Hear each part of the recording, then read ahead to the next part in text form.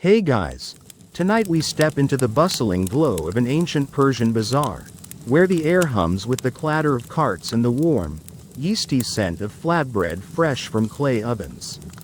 You're weaving through a maze of stalls, the sun low, casting golden streaks across piles of saffron and dates, while bakers call out, their voices mingling with the sizzle of dough on hot stone. This is the world of Persian bakers, who didn't just knead bread but wove poetry into every loaf, turning sustenance into art. Fair warning. You probably won't survive the temptation to grab a loaf straight from the oven, burnt fingers guaranteed. So, before you get comfortable, take a moment to like the video and subscribe, but only if you genuinely enjoy what I do here. Drop a comment with your location and local time. I'd love to know where you're drifting off from. Now, dim the lights, maybe turn on a fan for that soft background hum, and let's ease into tonight's journey together. You're in a Persian city, maybe Persepolis or Susa, around 500 BCE, though this tradition stretches across centuries. The bazaar pulses with life, merchants haggling over silk, potters stacking clay jars, and children darting through the crowd, snatching crumbs. Your sandals scuff the dusty path, and you pause at a baker's stall, the tandoor's heat warming your face. Historical records show that ancient Persia, under the Achaemenid Empire, was a hub of culinary and cultural innovation, with bread as a staple, crafted with skill and reverence. These bakers, you learn, weren't just feeding bodies, they were poets, etching verses into flatbread, their loaves a canvas for words that fed the soul. You lean closer. The baker, a wiry man with flour-dusted hands, kneads dough, his fingers swift, humming a soft tune. The flatbread, golden and puffed, bears faint scratches, not random but deliberate, forming lines of old Persian script, a poem of love or harvest. You catch the scent of sesame and barley, your mouth watering, and chuckle, imagining trying to order one poem, hold the crust, at your local bakery. Good luck with that.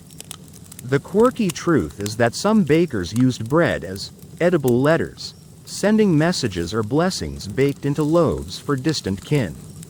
You picture one sneaking a cheeky, "Pay me back," into a friend's order and grin. But the bazaar's chaos pulls you back. A camel grumbles nearby, nearly knocking over a spice sack, and you sidestep, your heart racing. The crowd's energy is relentless, yet the baker's stall feels like a haven, his poetry a quiet defiance of the noise. Historians still argue whether these bread poems were primarily artistic or practical, a way to share stories or mark loaves for trade. You're leaning toward both, feeling the weight of those scratched verses, not just art but a lifeline, binding the community through shared words. Unlike those Byzantine complaints about pigs and figs, here, poetry feeds more than bureaucracy. You wander deeper, the tandoor's glow fading behind you, the baker's hum lingering. You pass a woman selling pistachios, her laugh bright, and a scribe scribbling on clay, his stylus sharp.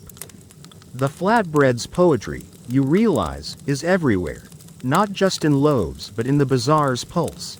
Its voices weaving stories like the whoosh of Arctic waves you once heard. You laugh softly, thinking how your grocery list would make a terrible poem: milk, eggs, no soul. The Persian baker's craft is different.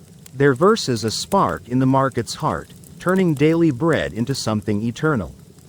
You pause by a stall, the scent of fresh flatbread pulling you back, the baker now offering a loaf to a child, its surface etched with a simple verse about the moon. You imagine biting into it, the words dissolving with each chew, poetry becoming part of you. You yawn, the bazaar's hum softening, the tandoor's crackle blending with the crowd's murmur, a soothing cadence that tugs at your eyelids. The singing map's resilience echoes here, their oral strength mirrored in these baked verses, both defying time. The twilight deepens, the stars faint above the market's glow, and you feel the first pull of sleep, the baker's poetry a gentle guide into the night. You linger in the bazaar, the crowd's energy fading, the baker's stall a beacon of warmth and words. The flatbread's poetry is more than art, it's Persia's heartbeat, binding people through verses that rise with the dough. You think of the child, clutching her poetic loaf, and smile, imagining explaining this to your friends. Yeah, they bake sonnets, no big deal. The market's glow dims, the stars your only guide, and you drift closer to slumber, the scent of bread and poetry a lullaby in the Persian night. You're back in the bustling Persian bazaar, the sun dipping lower, casting long shadows across the dusty paths where merchants hawk spices and silks.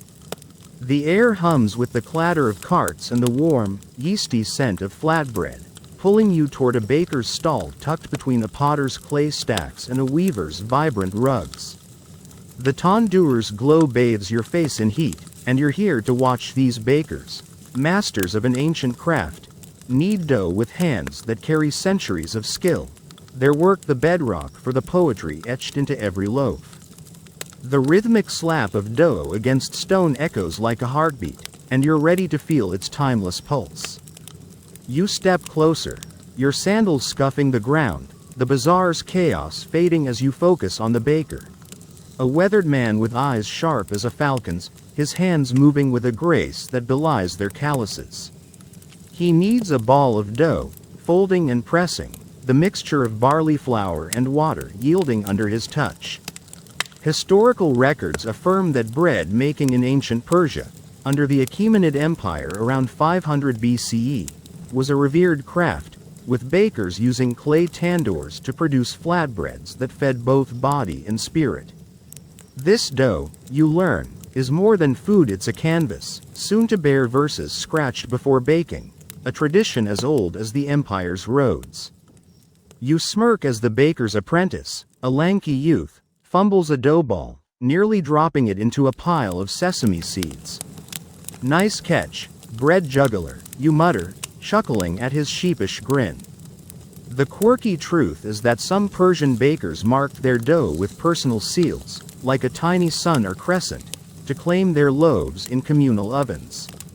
One tale claims a baker's crooked star seal became so famous, customers fought for his bread. You picture Paulus from that Byzantine folder saga groaning at a scroll full of starry dough seals and grin. But the humor fades as you watch the baker's focus, his hands shaping not just bread but poetry, each knead a step toward art. The dough flattens under his palms, stretched thin, ready for the tandoor's embrace. He sprinkles sesame, muttering a soft chant, perhaps a prayer or the start of a verse, his voice blending with the bazaar's hum. You feel the weight of his craft, the skill passed down through generations, each baker adding their touch, maybe a pinch of sumac, maybe a line of poetry. Historians still argue whether this bread making was purely practical, feeding Persia's armies and cities, or a ritual, tying bakers to the divine through their art. You're leaning toward ritual, feeling the reverence in his movements, a dance of flour and fire that echoes the Inuits singing maps, though here it's dough, not song, that carries the soul. You lean against a wooden post, the tandoor's heat making you sweat, the baker now shaping another loaf, his fingers tracing faint lines. Letters, you realize, a poem about the harvest moon. The apprentice watches, mimicking his master, his own dough less graceful but earnest. You laugh softly, imagining trying to knead dough at home. Yeah, you'd end up with a flour-covered disaster, not a poem. The Persian baker's craft is different, their skill a quiet alchemy, turning simple ingredients into bread that feeds both hunger and heart, far beyond the Byzantine folder's petty complaints about chickens or figs. The bazaar's energy swirls around you, a woman haggling over saffron, a child chasing a stray goat, but the baker's stall is a sanctuary, the dough's rhythm grounding you. You notice the baker pause, wiping sweat from his brow, his eyes catching the apprentice's progress with a nod. The craft is alive, taught through hands, not scrolls, a tradition that binds the community like the singing map's oral threads. You yawn, the tandoor's crackle and the bazaar's murmur blending into a soothing hum, the scent of baking bread pulling you deeper. You think of that crooked star, seal, and it hits you. This craft isn't just skill, it's legacy, each loaf a story, each verse a spark. You glance at the finished flatbreads, stacked high, their golden surfaces etched with delicate script, poems of love, seasons, or gods, waiting for the market's hands. The apprentice tries his own verse, his knife shaky but determined, carving a line about the wind. The baker's craft, you realize, is a bridge between hunger and art, past and present, baker and buyer. You laugh again, picturing your local bakery selling sonnet sourdough. Sorry, I'll stick to bagels. The chants echo from the Arctic feels distant, yet kindred, both traditions weaving memory into the everyday, defying time's erosion. You linger by the stall, the tandoor's glow fading as the sun sets, the baker's hands never slowing, his dough a canvas for poetry yet to come. The flatbread's verses are Persia's pulse, a craft that feeds body and soul, its skill the foundation for the art you'll soon explore. You feel the weight of their work, the stall a beacon in the bazaar's dusk, and you're ready to hear the poetry's first whisper. The twilight deepens, the stars faint above, and you drift closer to sleep, the scent of bread and the knead's rhythm a lullaby in the Persian night. You're still in the heart of the ancient Persian bazaar, the twilight deepening, casting a soft purple glow over the stalls as the crowd thins, leaving only the hum of evening chatter. The scent of fresh flatbread lingers, pulling you back to the baker's stall, where the tandoor's fire crackles, its heat a beacon in the cooling air. You're here to hear the poetry's first whisper, the moment when bakers, kneading dough with timeless skill, begin to chant verses over their ovens, their words rising like steam to infuse each loaf with meaning. The rhythmic slap of dough and the baker's low chant blend into a soothing cadence, and you're ready to listen to their song. You edge closer, your sandals whispering on the dusty ground, the tandoor's glow warming your face as you watch the baker. His hands dusted with flour, his eyes half closed, lost in his craft. He flattens a dough round, his fingers deft, and begins a soft chant, words in Old Persian that speak of a river's flow, each syllable timed to the dough's rhythm. Historical records note that poetry was central to ancient Persian culture, flourishing under the Achaemenid Empire around 500 BCE, with oral verses woven into daily life, from royal courts to humble stalls. These bakers, you learn, are poets of the people, their chants not just decoration but a sacred act, breathing soul into the flatbread before it meets the fire. You smirk as the apprentice, that lanky bread juggler, tries to join the chant, his voice cracking on a high note, earning a playful swat from the baker. Stick to kneading, tune tangular, you mutter, chuckling at his red-faced grin. The quirky truth is that some bakers memorized poems by reciting them during repetitive tasks, like kneading or stoking the fire, turning work into a mnemonic dance. One tale claims a baker's chant about a wandering moon was so catchy, it spread to neighboring stalls, hummed by spice merchants.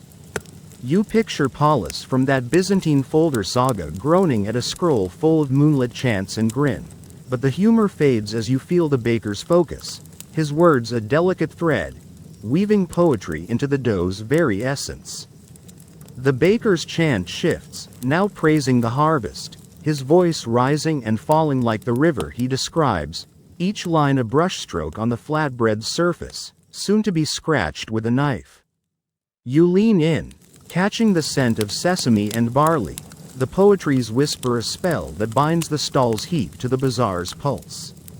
The act feels ancient, a ritual tying the baker to the earth, the fire, the community. Historians still argue whether these bread poems were spontaneous creations or memorized classics, drawn from Persia's oral tradition. You're leaning toward a mix, feeling the chants flow, both personal and inherited, like the Inuit singing map's blend of memory and moment, though here it's verse, not song, that carries the heart. You step back, the tandoor's heat fading, the baker now tracing his poem's words onto the dough, his knife careful, carving river and flow in delicate script. The apprentice watches, his own chant softer, practicing a verse about the wind, his voice unsteady but earnest. You laugh softly, imagining trying to chant poetry while cooking. Yeah, you'd be rhyming burnt toast blues by now. The Persian baker's craft is different. Their verse is a quiet alchemy, turning the act of baking into a poetic offering, far beyond the Byzantine folder's petty grievances about goats or figs, which seem trivial against this art. The bazaar's hum softens, a merchant packing his saffron, a child's laughter fading into the dusk. The baker slides the flatbread into the tandoor, the fire hissing as the dough puffs, the poem baking into its golden crust. You feel a pang, the fragility of these oral verses, carried only in voices, not clay or parchment, yet their power fills the stall, a warmth that binds the community. You yawn, the tandoor's crackle and the baker's chant blending with the bazaar's murmur, a soothing hum that tugs at your eyelids. You think of that wandering moon chant, its echo spreading like the Inuits' whoosh of waves, and realize these poems are more than words, their memory, etched into bread, shared with every bite. You glance at the apprentice, now chanting with more confidence, his knife tracing a shaky line into his dough, a verse about the stars. The baker nods, his own poem complete, the flatbread emerging from the oven, its surface crisp, the words faintly visible, a story to be eaten, felt, remembered. The poetry's whisper is alive, a spark in the bazaar's heart, tying bakers to buyers, earth to sky. You laugh again, picturing your local bakery selling haiku flatbread. Sorry, I'm sticking to muffins. The chant's rhythm holds you, a promise of beauty in the everyday, its oral strength akin to the Arctic's maps, both weaving art into survival. You linger by the stall, the tandoor's glow a beacon in the twilight, the baker's chant fading as he prepares another loaf, the poetry's whisper now a steady hum. The flatbread's verses are Persia's soul, a craft that feeds body and spirit, their words the spark you'll soon see etched as art. You feel the weight of their voices, the stall a haven in the bazaar's dusk, and you're ready to see the flatbread become a canvas. The night deepens, the stars brighter, and you drift closer to sleep, the scent of bread and the chant's rhythm a lullaby in the Persian night. You're lingering in the twilight glow of the Persian bazaar, the air cooling as stars begin to prick the deepening sky, the hum of merchants packing their wares a soft undercurrent to the tandoor's crackle at the baker's stall. The scent of sesame and barley wafts from golden flatbreads, stacked high, their surfaces shimmering with faint etchings of poetry. You're here to see the flatbread become a canvas, where bakers, with knife and skill, carve verses into dough, turning each loaf into a work of art that feeds both body and soul. The rhythmic scrape of the baker's blade and the tandoor's warm hum weave a soothing cadence, and you're ready to witness this poetic craft. You edge closer to the stall, your sandals scuffing the dusty ground, the tandoor's heat brushing your face as you watch the baker, his flour-dusted hands steady, his eyes focused like a scribe's. He flattens a dough round, smooth and pliant, then takes a small bone knife, its tip sharp, and begins carving delicate lines of old Persian script. A verse about a lover's gaze, each letter precise, etched before the fire claims it. Historical records affirm that ancient Persian artisans, under the Achaemenid Empire around 500 BCE, often blended utility with art, from intricate metalwork to poetic inscriptions, and bakers were no exception, their flatbreads a fleeting canvas for verses that spoke of life's beauty. You feel the weight of this art, each loaf a poem, baked to be shared, eaten, remembered. You smirk as the apprentice, that tune-tangling bread juggler, tries his own etching, his knife wobbling as he carves a shaky line about a wandering moon, nearly slicing the dough in half. "Easy, dough doodler," you mutter, chuckling at his flustered huff. The quirky truth is that some bakers used special tools, like reed styluses or even their fingernails, to etch poems, creating unique patterns that marked their work. One tale claims a baker's swirling vine design, paired with a love poem, was so prized it was gifted to a local governor. You picture Paulus from that Byzantine folder saga wincing at a scroll full of vine-scratched verses and grin, but the humor fades as you see the baker's precision, his knife a poet's quill, the flatbread a canvas for his heart's song. The baker finishes, his poem complete, and slides the loaf into the tandoor, the fire hissing as the dough puffs, the etched words baking into a golden crust, faintly visible, a story to be tasted. You lean in, the sesame's nutty scent mingling with the tandoor's smoky breath, and imagine the loaf's journey to a merchant's table, a child's hands, each bite carrying a whisper of verse. The act feels sacred, a ritual tying the baker to his people, the flatbread a bridge between hunger and art. Historians still argue whether these etched poems were meant to be read or merely felt, a symbolic flourish or literal message. You're leaning toward felt, sensing the emotion in the baker's careful cuts, like the Inuits singing maps, where meaning lives in the act, not just the outcome, though here it's dough, not song, that holds the soul. You step back, the tandoor's glow warming the stall, the apprentice now practicing his verse, his knife steadier, carving a line about the wind's dance. You laugh softly, imagining trying to etch a poem into your pizza dough. Yeah, you'd end up with soggy crust blues and a mess. The Persian baker's craft is different. Their flatbread a canvas that marries the mundane with the divine, far beyond the Byzantine folder's petty disputes over pigs or figs, which seem trivial against this artistry. The bazaar's hum fades, a potter stacking his last jars, a camel's grumble softening into the dusk, but the stall remains alive, the poetry's whisper a spark in the evening's quiet. You glance at the stacked flatbreads, their surfaces a gallery of verses, love, harvest, stars. Each loaf a fleeting masterpiece, soon to be broken, shared, consumed. The baker pauses, wiping his brow, his eyes catching the apprentice's progress with a nod, a silent passing of the craft. You yawn, the tandoor's crackle and the knife's soft scrape blending with the bazaar's murmur, a soothing hum that tugs at your eyelids. You think of that swirling vine design, its love poem a gift, and realize this canvas isn't just bread, it's memory, art, and community, etched and baked, like the Inuits. Whoosh of waves, both weaving stories into the everyday. You notice a woman at the stall, trading a handful of dates for a loaf, her fingers tracing the etched verse, a poem about the river, before she tucks it under her shawl.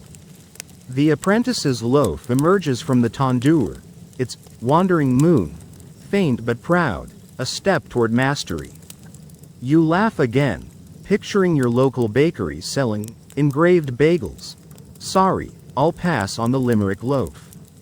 The poetry's whisper holds you, a promise of beauty in the fleeting, its etched words akin to the Arctic's maps, both crafting art from necessity, defying time's erosion. The stall feels like a sanctuary, its warmth a shield against the night's chill, and you're ready to feel the tandoor's sacred dance. You linger by the stall, the tandoor's glow fading as the baker prepares another loaf, the flatbread's canvas ready for new verses, its poetry the heart of Persia's bazaar. You feel the weight of their art, the stall a haven in the dusk, and you're ready to step closer to the fire's embrace. The night deepens, the stars brighter, and you drift closer to sleep, the scent of bread and the poetry's rhythm a lullaby in the Persian night. You're pressed close to the baker's stall in the Persian bazaar, the night now deep, the air thick with the smoky warmth of the tandoor and the yeasty scent of flatbread baking to golden perfection. The stars above gleam like scattered jewels, their light barely piercing the bazaar's fading glow, where only a few merchants linger, packing their wares. You're here to feel the tandoor's sacred dance, the fire that not only bakes the flatbread but breathes life into the poetry etched upon it, its flames a partner in the baker's art. The crackle of burning wood and the soft hum of the baker's chant weave a soothing rhythm, and you're ready to bask in its glow. You inch closer, your sandals scuffing the dusty ground, the tandoor's heat wrapping you like a cloak as you watch the baker. His face lit by firelight, his hands steady as he slides a flatbread, etched with a verse about a lover's sigh, into the oven's mouth. The flames leap, licking the dough, puffing it into a golden disc, the poetry faintly seared into its crust. Historical records note that the tandoor, a clay oven central to Persian cuisine since at least 500 BCE under the Achaemenid Empire, was more than a tool, it was a sacred space, its fire revered as a divine force that transformed grain into sustenance and art. You feel the fire's pulse, its dance a ritual that fuses dough and verse into something eternal. You smirk as the apprentice, that dough-doodling tune Tangular, stokes the fire too eagerly, sending a shower of sparks that nearly singe his tunic. "Calm down, spark chaser," you mutter, chuckling at his wide-eyed panic. The quirky truth is that some Persian bakers believed the tandoor's flames chose which poems would endure, with perfectly baked verses seen as blessed by the fire's spirit. One tale claims a baker's poem about a fleeting star survived a tandoor mishap, earning him a reputation as fire-favored. You picture Paulus from that Byzantine folder saga groaning at a scroll full of flame-kissed poems and grin, but the humor fades as you see the baker's reverence, his hands offering the dough to the fire like a prayer, the tandoor a sacred stage for his art. The fire roars softly, its heat shaping the flatbread, the etched words, a lover's sigh, glowing faintly as the crust crisps. You lean in, the sesame's nutty aroma mingling with the tandoor's smoky breath, and feel the dance. The flames flicker, the doughs rise, the poetry's whisper melding into one. The act is alchemical, the fire a partner that doesn't just bake but blesses, tying the baker to the divine, the community, the earth. Historians still argue whether the tandoor's role in bread poetry was practical, a heat source for baking, or spiritual, a conduit to the sacred. You're leaning toward spiritual, sensing the baker's quiet awe, his chant a dialogue with the flames, like the Inuits singing maps conversing with stars, though here it's fire, not song, that carries the soul. You step back, the tandoor's glow casting shadows on the stall, the apprentice now chanting his own verse, a shaky line about the wind's embrace, as he prepares another loaf. You laugh softly, imagining trying to bake in your oven at home. Yeah, you'd get charred chaos blues, and a smoke alarm symphony. The Persian baker's craft is different, their tandoor a sacred hearth where fire dances with dough and poetry, far beyond the Byzantine folder's petty squabbles over figs or goats, which seem mundane against this fiery ritual. The bazaar's hum is nearly gone, a lone merchant sweeping his stall, the night's quiet amplifying the tandoor's crackle, a heartbeat in the dusk. You glance at the flatbreads, stacked like golden tablets, their surfaces etched with verses, love, stars, rivers. Each one a product of the fire's dance, the tandoor's sacred touch. The baker retrieves a loaf, its poem intact, the crust warm and crisp, and offers it to a passing woman, who smiles, tracing the words with her finger. You yawn, the fire's glow and the baker's chant blending with the bazaar's fading murmur, a soothing hum that tugs at your eyelids. You think of that fleeting star poem, its survival a tandoor's blessing, and realize the fire isn't just heat, it's a collaborator, shaping bread and verse, like the Inuits' pop pop crunch. of ice, both crafting art from the elements. You notice the apprentice, his chant steadier now, sliding his loaf into the tandoor, the flames welcoming it with a soft hiss. The baker watches, his nod a silent blessing, the fire's dance a shared ritual that binds master to student, stall to bazaar. You laugh again, picturing your local bakery with a poetry oven. Sorry, I'll stick to toast. The tandoor's sacred rhythm holds you, a promise of beauty in the fleeting, its flames akin to the Arctic stars, both guiding art through necessity, defying time's erosion. The stall feels like a temple, its warmth a shield against the night, and you're ready to see how these words are woven into the dough. You linger by the stall, the tandoor's glow a beacon in the dark, the baker's chant fading as he stokes the fire, the flatbread's poetry ready to rise again. You feel the weight of their ritual, the stall a haven in the bazaar's night, and you're ready to learn how poetry becomes one with the dough. The stars brighten, the night wrapping you, and you drift closer to sleep, the scent of bread and the fire's rhythm a lullaby in the Persian night. You're nestled in the shadowed corner of the baker's stall, the Persian bazaar now hushed under a star-strewn night, the only sounds the tandoor's gentle crackle and the faint murmur of a distant merchant's song. The air is thick with the warm, nutty scent of sesame and the smoky breath of the oven, its glow casting flickering light on stacks of golden flatbreads, their surfaces etched with poetry. You're here to learn how these bakers embed their verses into the dough itself, not just carving words but weaving poetry into the bread's heart, a craft that makes each loaf a living poem. The rhythmic knead of dough and the baker's soft chant blend into a soothing hum, and you're ready to unravel this delicate art. You lean closer, your sandals silent on the dusty ground, the tandoor's heat a warm embrace as you watch the baker, his hands floured, his movements a dance of instinct and care. He kneads a fresh batch of dough, barley and water melding under his palms, but now he pauses, whispering a verse about a desert rose, his fingers pressing the word's rhythm into the mixture, as if the poem's cadence shapes the dough's soul.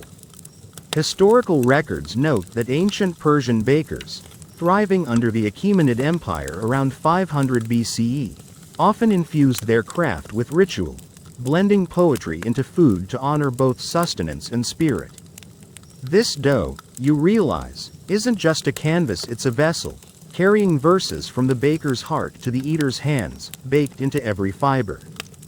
You smirk as the apprentice, that spark-chasing dough doodler, tries to mimic the baker, muttering his own verse about a wandering moon, but fumbling the rhythm, his dough lumpy and defiant. Keep the beat, verse mangler, you mutter, chuckling at his frustrated huff. The quirky truth is that some bakers believed poetry could flavor the bread, claiming verses spoken during kneading gave loaves a sweeter taste. One tale insists a baker's love poem made his flatbread so irresistible, suitors lined up for it, hoping to win hearts. You picture Paulus from that Byzantine folder saga groaning at a scroll full of tasty sonnets and grin, but the humor fades as you see the baker's focus, his hands weaving poetry into the dough, each press a syllable, each fold a rhyme. The baker flattens the dough, his chant softening, now a verse about the river's flow, his fingers tracing faint lines, letters forming river and eternal, before the knife deepens them, embedding the poem's essence into the loaf's core. You feel the intimacy of this act, the dough absorbing the baker's words, the poetry not just surface deep but part of the bread's being, a ritual that binds maker to meal. Historians still argue whether this poetic infusion was symbolic, a cultural flourish, or believed to carry literal power, blessing the bread's eaters. You're leaning toward power, sensing the baker's reverence, his chant a spell that echoes the Inuits singing maps, where words shape survival, though here it's dough, not song, that holds the magic. You step closer, the tandoor's glow warming your face, the sesame's aroma curling around you as the baker slides the loaf into the fire, the flames hissing, puffing the dough, sealing the poem within its golden crust. You imagine biting into it, the verse dissolving on your tongue, poetry becoming part of you, a fleeting yet eternal gift. You laugh softly, picturing trying to knead poetry into your sandwich bread. Yeah, you'd get crumbly rhyme blues, and a sticky mess.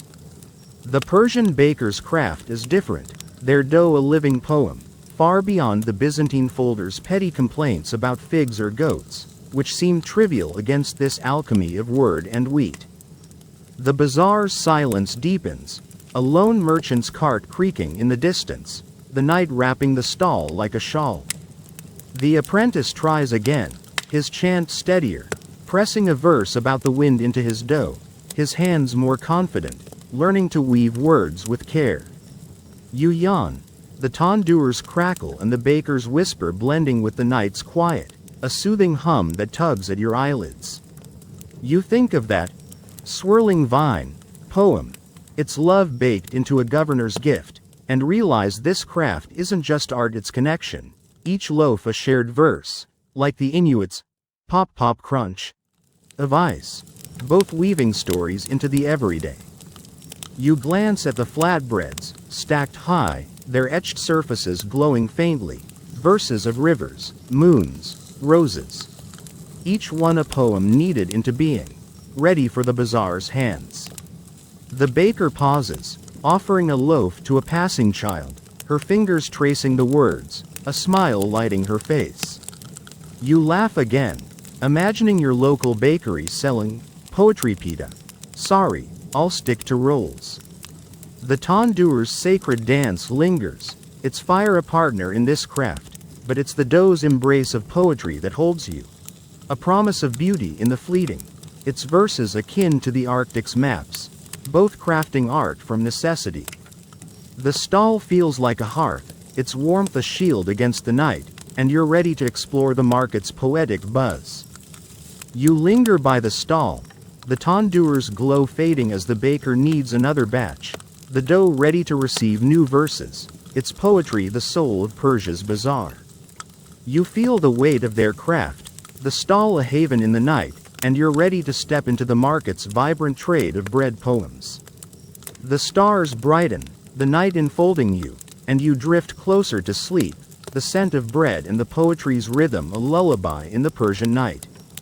You're weaving through the Persian bazaar at dawn, the air alive with the clatter of carts and the warm, yeasty scent of flatbread, as the sun spills golden light across stalls piled with saffron, dates, and shimmering silks. The tandoor's smoky glow still lingers in your memory, but now you're exploring the market's poetic buzz, where bakers' stalls brim with flatbreads etched with verses, traded like treasures among merchants and buyers. You're here to witness this lively exchange, where bread poems become a currency of art, binding the community through shared words and flavors. The rhythmic haggling and the crackle of fresh loaves blend into a soothing hum, and you're ready to dive into the market's pulse. You sidestep a merchant balancing a tray of pomegranates, your sandals scuffing the dusty path, and pause at a bustling baker's stall, where golden flatbreads are stacked high, their surfaces etched with poems of rivers, stars, and love. A woman in a saffron shawl trades a handful of almonds for a loaf, her fingers tracing the verse, a line about a desert rose, before tucking it into her basket with a smile. Historical records note that ancient Persian bazaars, thriving under the Achaemenid Empire around 500 BCE, were hubs of cultural exchange, where goods like bread carried not just sustenance but stories, with poetic flatbreads a cherished commodity in markets from Persepolis to Susa. You feel the market's energy, each loaf a spark, its poetry weaving connections among strangers. You smirk as the apprentice, that verse-mangling dough doodler, tries to haggle with a customer, offering a wandering moon loaf but stumbling over its poem's rhyme, earning a playful laugh from the buyer. Stick to baking, rhyme fumbler, you mutter, chuckling at his sheepish grin. The quirky truth is that some bazaar goers collected poem sets, seeking flatbreads with matching verses to complete a baker's story, like a culinary epic.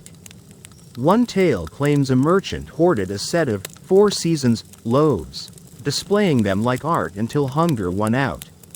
You picture Paulus from that Byzantine folder saga groaning at a scroll full of bread collecting lists and grin, but the humor fades as you see the stall's vibrancy, the flatbreads a currency of poetry, traded with joy and reverence. The baker, his hands still floured from the tandoor's dance, hands a loaf to a child, its surface etched with a verse about the harvest moon, and the child recites it aloud, her voice clear, drawing nods from passers-by. You lean closer, the sesame's nutty scent curling around you, and realize the market isn't just trading bread, it's sharing stories, each poem a thread in the bazaar's tapestry, binding buyer to baker, stall to stall. Historians still argue whether these bread poems were a commercial gimmick, boosting trade, or a cultural ritual, strengthening community bonds. You're leaning toward ritual, feeling the warmth of shared verses, like the Inuits singing maps traded among clans, though here it's dough, not song, that carries the heart. You wander to another stall, where a woman baker offers a loaf etched with a poem about the wind's journey, trading it for a small clay pot, her voice chanting the verse as she hands it over. The buyer, a grizzled merchant, recites it back, his gruff tones softening, and you smile, imagining the poem traveling with him, shared over a distant fire. You laugh softly, picturing trying to trade a sandwich for a poem at your local market. Yeah, you'd get stale bread blues and a weird look. The Persian bazaar's craft is different, its flatbreads a living exchange, far beyond the Byzantine folder's petty disputes over figs or goats, which seem trivial against this poetic commerce. The bazaar's buzz surrounds you, a weaver haggling over rugs, a child chasing a stray cat, but the baker's stalls are beacons, their bread poems sparking connection. You notice a young man buying a loaf, its verse about a river's flow etched in delicate script, and reciting it to his friend, their laughter echoing. You yawn, the tandoor's distant crackle and the market's chatter blending into a soothing hum, the scent of bread pulling you deeper. You think of that 4 seasons loaf set, its verses a collector's pride, and realize this trade isn't just commerce, it's community, each loaf a shared story, like the Inuits. Whoosh of waves, both weaving art into the everyday. You glance at the apprentice, now more confident, offering a desert rose loaf to a woman, his chant steady as he describes its poem, her nod a seal of the trade. The baker watches, his eyes warm, the stall alive with the buzz of poetry exchanged, each loaf a verse that binds the market's heart. You laugh again, imagining your grocery store selling haiku raps.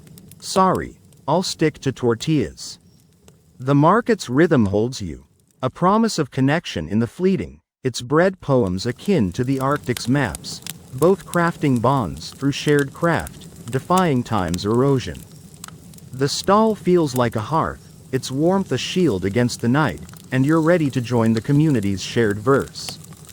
You linger in the bazaar, the tandoor's glow fading as the baker stacks fresh loaves, the market's poetic buzz a vibrant hum, its flatbreads ready to spread their verses further. You feel the weight of their trade, the stall's a haven in the dawn, and you're ready to break bread with families, reciting their poems. The stars brighten, the night enfolding you, and you drift closer to sleep, the scent of bread and the market's rhythm a lullaby in the Persian night. You've slipped away from the vibrant buzz of the Persian bazaar, its dawn clamor now a distant hum, and find yourself in a shaded courtyard just beyond the market's edge, where the air is soft with the scent of jasmine and the lingering warmth of fresh flatbread. A family gathers around a low table, their laughter mingling with the rustle of olive trees, as they break golden loaves etched with poetry, each verse a spark of connection. You're here to join this intimate ritual, where the community shares these bread poems, reciting their words to weave stories, love, and memory into the act of eating. The soft crack of breaking bread and the murmur of recited verses blend into a soothing cadence, and you're ready to feel their warmth. You settle on a woven mat, your sandals tucked beneath you, the courtyard's cool tiles grounding you as you watch the family. A grandmother, her face lined with wisdom, her son and daughter-in-law, and 2 children, their eyes bright with curiosity. The grandmother lifts a flatbread, its surface etched with a verse about a river's flow, and breaks it, passing pieces to each member, her voice chanting the poem in a low, melodic tone. Historical records note that ancient Persian communal meals, thriving under the Achaemenid Empire around 500 BCE, were more than sustenance, they were rituals of unity, with poetic flatbreads often shared to honor bonds, from family dinners to festival feasts. You feel the intimacy of this moment, each loaf a thread, its poetry knitting the family closer. You smirk as the younger child, a girl with a mischievous grin, tries to recite the verse but swaps river for lizard, earning a giggle from her brother. Nice one, verse twister, you mutter, chuckling at her proud shrug. The quirky truth is that some Persian families turned bread poetry into games, challenging each other to memorize verses or improvise new ones, making meals a playful poetry slam. One tale claims a boy's impromptu, dancing camel poem became a family favorite, recited for years. You picture Paulus from that Byzantine folder saga wincing at a scroll full of camel rhymes and grin, but the humor fades as you see the grandmother's gentle nod, her voice guiding the girl back to the verse. The flatbread's poetry is shared joy, not unlike the Inuits singing maps binding clans through song. The son takes a piece, reciting a line about the river's eternal path, his voice steady, while his wife adds the next, her tone soft, their harmony turning the meal into a living poem. You lean closer, the sesame's nutty aroma curling around you, the bread's warmth tempting your fingers, and imagine its taste, crisp, earthy, the verse dissolving with each bite. The act feels sacred, the flatbread not just food but a vessel for stories, each recitation a heartbeat of the community. Historians still argue whether these shared bread poems were primarily social, fostering unity, or spiritual, invoking blessings through verse. You're leaning toward both, sensing the family's closeness, their words a prayer and a bond, like the Inuits' whoosh of waves, though here it's dough, not melody, that carries the spirit. You accept a piece from the grandmother, her eyes kind, the flatbread's etched verse faint but clear, a line about the harvest moon. You try reciting it, stumbling on the old Persian, and the boy laughs, teaching you the rhythm with exaggerated gestures. You laugh softly, imagining sharing a poetry bagel with your family. Yeah, you'd get crumbly couplet blues and a table of groans.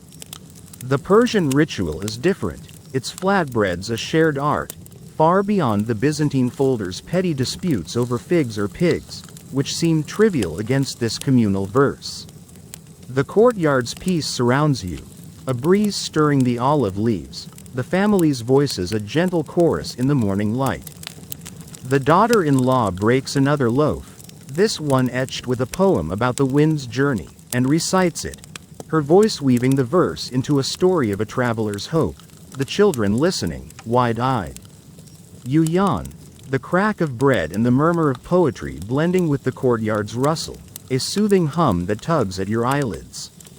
You think of that dancing camel poem, its playful legacy, and realize this ritual isn't just eating, it's storytelling, each loaf a chapter, like the Inuits' pop crunch of ice, both weaving memory into the everyday. The family's harmony binds them, each verse a spark, their meal a tapestry of shared words. You glance at the table, the flatbreads dwindling, their etched verses, rivers, moons, winds, now fragments, yet their poetry lives in the family's voices, recited, remembered, cherished.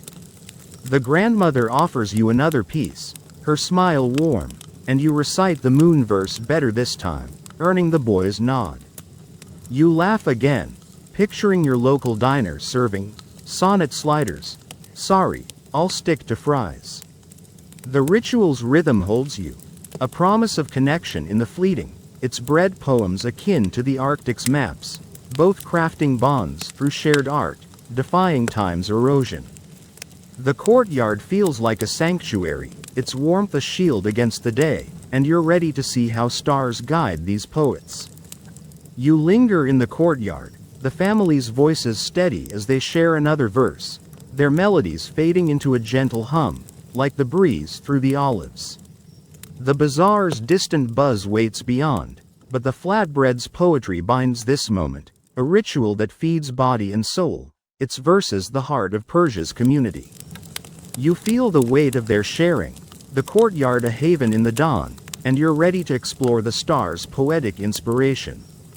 The stars brighten, the morning enfolding you, and you drift closer to sleep, the scent of bread and the poetry's rhythm a lullaby in the Persian light. You've left the shaded courtyard behind, its jasmine-scented air now a memory, and find yourself climbing a narrow stone staircase to a flat rooftop overlooking the Persian city, where the night sky unfurls like a velvet tapestry studded with stars. The air is cool, scented with the faint tang of baked flatbread wafting from the bazaar below, mingled with the earthy musk of clay rooftops still warm from the day's sun. A baker, the same one from the tandoor's glow, stands here, his eyes fixed on the constellations, his lips moving in a soft chant that will soon become a poem etched into his flatbread. You're here to see how the stars guide these poets, their celestial patterns inspiring verses that weave the heavens into dough. The rustle of a night breeze and the baker's whispered words blend into a soothing hum, and you're ready to trace their starry muse. You settle on a woven rug, your sandals tucked beside you, the rooftop's stillness a contrast to the bazaar's dawn bustle, the stars above sharp and bright, Orion's belt, perhaps, or the Pleiades, guiding the baker's gaze. He points to a cluster, naming it in Old Persian, his voice low, chanting a verse about a wandering star that seeks its home, his words destined for tomorrow's loaves. Historical records note that ancient Persians, under the Achaemenid Empire around 500 BCE, revered the night sky, with astronomers and poets alike drawing inspiration from constellations, their patterns woven into art, myth, and daily life, including the baker's poetic flatbreads. You feel the sky's vastness, each star a spark, its light fueling the poetry that binds the baker to his craft.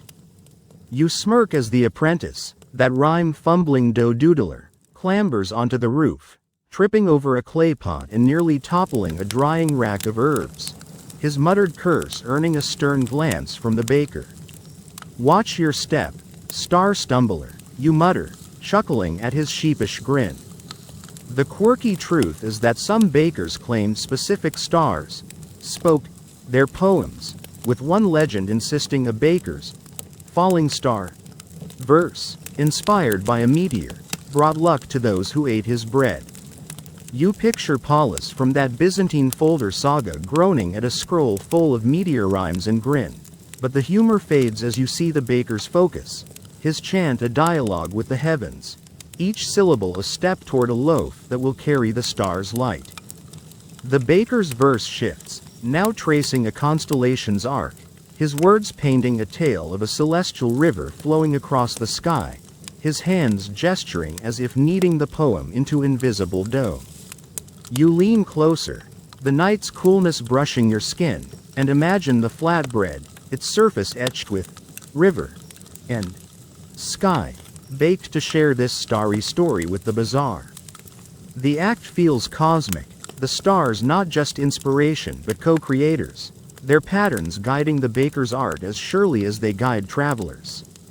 Historians still argue whether these star-inspired poems were purely artistic, reflecting Persia's love of beauty, or held spiritual weight, invoking celestial blessings. You're leaning toward spiritual, sensing the baker's reverence, his chant a prayer to the heavens, like the Inuits singing maps tied to Polaris, though here it's dough, not song, that channels the divine. You gaze at the stars, their light steady, a map the baker reads with his heart, his next verse about a lover's star that shines alone, destined for a loaf to be shared at a wedding feast. You laugh softly, imagining trying to write poetry by stargazing. Yeah, you'd end up with light pollution blues and a crick in your neck. The Persian baker's craft is different. Their flatbread's a celestial canvas, far beyond the Byzantine folder's petty disputes over figs or camels, which seem trivial against this starry art. The rooftop's quiet surrounds you, a distant owl's hoot blending with the baker's chant, the bazaar's hum now a faint echo in the night. You glance at the apprentice, now seated, his eyes on the same constellation, his own chant softer, practicing a verse about the wind's dance under the stars, his voice tentative but growing bold. You yawn, the night's coolness and the baker's whispered poetry blending with the breeze's rustle, a soothing hum that tugs at your eyelids. You think of that falling star poem, its luck baked into a loaf, and realize the stars aren't just muse, they're partners. Their light woven into the community's bread, like the Inuits' pop pop crunch of ice, both drawing from the cosmos to shape the everyday. You notice a clay tablet beside the baker, scratched with rough star maps, a guide for his verses, his fingers tracing the patterns as he chants. The apprentice tries again, his wind poem clearer, his eyes reflecting the starlight, learning to see the heavens as poetry. You laugh again, picturing your local bakery selling constellation croissants. Sorry, I'll stick to donuts. The starry rhythm holds you, a promise of beauty in the eternal, its celestial verses akin to the Arctic's maps, both crafting art from the infinite, defying time's erosion. The rooftop feels like a sanctuary, its stillness a shield against the night, and you're ready to join the baker's festival feasts. You linger on the rooftop, the baker's chant steady as he maps the stars, his verses fading into a gentle hum, like the night's own breath. The bazaar sleeps below, but the flatbread's poetry binds this moment, a starry inspiration that feeds body and soul, its verses the heart of Persia's night. You feel the weight of their muse, the rooftop a haven in the dark, and you're ready to celebrate with poetic loaves. The stars guide you, their light a gentle pull, and you drift closer to sleep, the scent of bread and the poetry's rhythm a lullaby in the Persian night. You've descended from the quiet rooftop, its starry muse now a memory, and find yourself swept into the heart of a Persian festival, where the city pulses with life under a night sky ablaze with lanterns and the faint shimmer of auroras. The air hums with the clatter of drums, the laughter of revelers, and the warm, yeasty scent of flatbread, its golden loaves etched with poetry and offered as gifts to honor the harvest. You're here to celebrate these feasts, where bakers' bread poems become sacred offerings, shared in joy to weave community and tradition into every bite. The rhythmic chant of verses and the crackle of communal fires blend into a soothing cadence, and you're ready to join the revelry. You weave through the crowd, your sandals scuffing the packed earth, the festival's glow warming your face as you approach a long table laden with flatbreads, their surfaces shimmering with etched verses of stars, rivers, and love. A baker, his hands still floured from the tandoor, offers a loaf to a family, its poem about a wandering star, carved in delicate script, and they recite it together, their voices rising above the drums. Historical records note that ancient Persian festivals, flourishing under the Achaemenid Empire around 500 BCE, often centered on communal feasts, with poetic flatbreads offered to celebrate harvests, weddings, or equinoxes, their verses a bridge between the earthly and divine. You feel the festival's heartbeat, each loaf a gift, its poetry binding the crowd in shared wonder. You smirk as the apprentice, that star-stumbling verse mangler, juggles a stack of loaves, nearly dropping one etched with a Dancing camel. Poem. Earning a playful cheer from the children nearby. Hold steady, loaf tosser, you mutter, chuckling at his flustered grin. The quirky truth is that some festival breads were shaped into symbols, like suns or moons, to match their poems, with one tale claiming a crescent moon loaf, paired with a lunar verse, was believed to bring fertility to newlyweds. You picture Paulus from that Byzantine folder saga groaning at a scroll full of moon-shaped rhymes and grin, but the humor fades as you see the baker's pride, his flatbreads a sacred offering, their poetry a spark in the festival's joy, not unlike the Inuits singing maps shared across clans. The family breaks the loaf, passing pieces to neighbors, each reciting a line about the wandering star, their voices a chorus that weaves the crowd tighter. You lean closer, the sesame's nutty aroma curling around you, and accept a piece from a woman, her shawl embroidered with silver threads, the bread's verse about a river's flow warm in your hand. You try chanting it, stumbling on the old Persian, and a child giggles, teaching you the rhythm with a clap. You laugh softly, imagining serving poetry toast at a party. Yeah, you'd get crumbly stanza blues and a room of eye rolls. The Persian festival is different. Its flatbread's a sacred art, far beyond the Byzantine folder's petty disputes over figs or camels, which seem trivial against this communal celebration. You wander to a firelit circle, where another baker offers a loaf etched with a poem about the harvest moon, its crescent shape glowing in the flame's light, shared among dancers who recite its verses between spins. The act feels holy, the flatbread not just food but a vessel for joy, each poem a prayer for abundance, love, or renewal. Historians still argue whether these festival bread poems were primarily ceremonial, honoring deities, or social, strengthening community ties. You're leaning toward both, sensing the crowd's unity, their voices a constellation of shared words, like the Inuits' whoosh of waves, though here it's dough, not song, that carries the spirit. You sit by the fire, the bread's warmth in your hands, its verse dissolving on your tongue as you chew, the poetry sinking into you. A fleeting gift made eternal by the festival's glow. You yawn, the drum's beat and the murmur of recited verses blending with the fire's crackle, a soothing hum that tugs at your eyelids.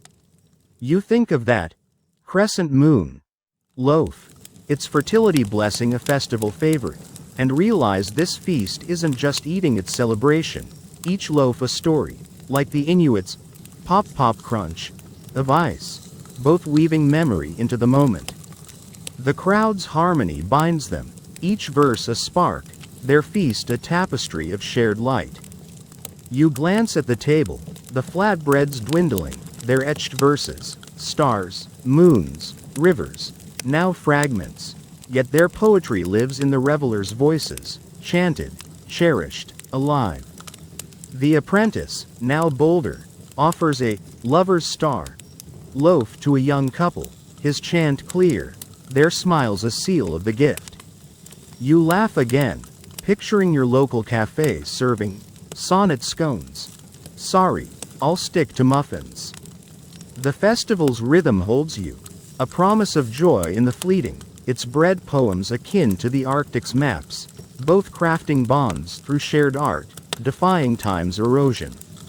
The fire feels like a hearth, its warmth a shield against the night, and you're ready to hear the women's poetic voices rise. You linger in the festival, the baker's chant steady as he shares another loaf, the crowd's voices fading into a gentle hum, like the night's own breath. The bazaar's distant pulse waits beyond, but the flatbread's poetry binds this moment, a feast that feeds body and soul, its verses the heart of Persia's joy. You feel the weight of their celebration, the fire a haven in the dark, and you're ready to explore the women's role in this craft. The stars guide you, their light a gentle pull, and you drift closer to sleep, the scent of bread and the poetry's rhythm a lullaby in the Persian night.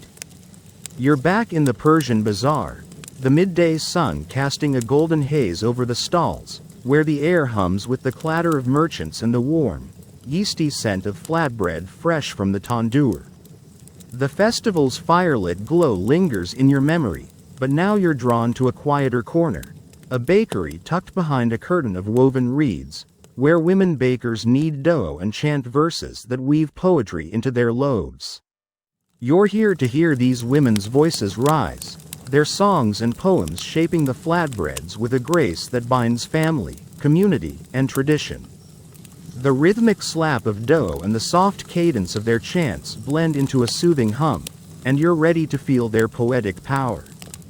You slip through the reed curtain, your sandals whispering on the clay floor, the bakery's warmth enveloping you as you watch a woman, her hands strong, her eyes bright with focus, knead a mound of barley dough, her voice chanting a verse about a desert flower's resilience. She flattens the dough, her fingers tracing delicate lines of old Persian script, etching, flour, and endure, before the tandoor's fire claims it. Historical records note that women in ancient Persia, under the Achaemenid Empire around 500 BCE, played vital roles in culinary arts, often leading family bakeries and infusing their flatbreads with poetry, their verses a cornerstone of cultural life from Persepolis to Susa.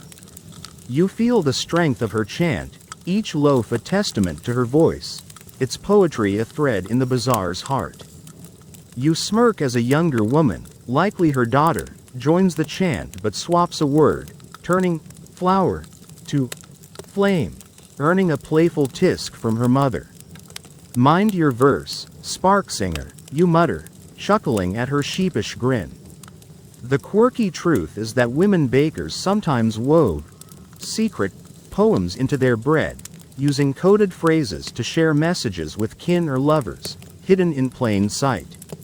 One tale claims a woman's hidden rose verse, etched subtly, carried a proposal to a suitor across the city.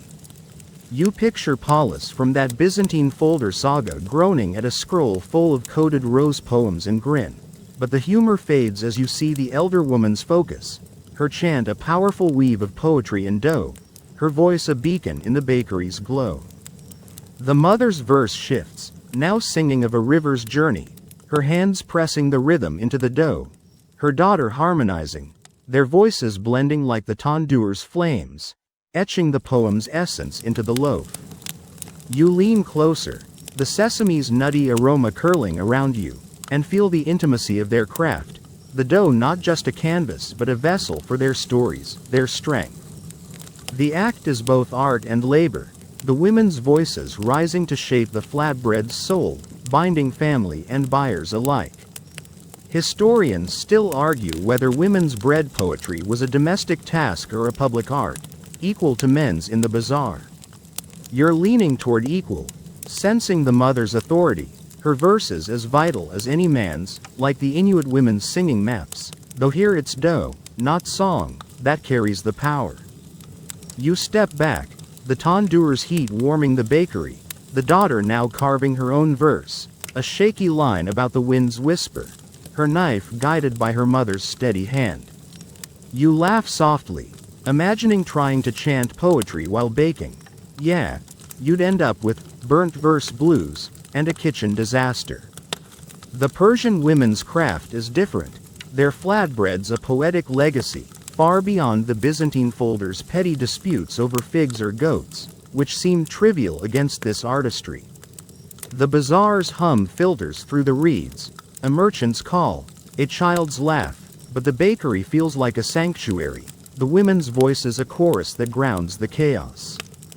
You glance at the stacked flatbreads, their surfaces etched with verses, flowers, rivers, winds, each one a poem born from women's hands, ready for the market's hands. The mother pauses, offering a loaf to a neighbor, her chant clear as she recites its verse about the harvest moon, the neighbor nodding, echoing the words. You yawn, the tandoor's crackle and the women's chants blending with the bazaar's distant murmur, a soothing hum that tugs at your eyelids. You think of that hidden rose proposal, its secret baked into a loaf, and realize these women's poems aren't just art, they're connection. Each verse a spark, like the Inuits' pop pop crunch of ice, both weaving stories into the everyday.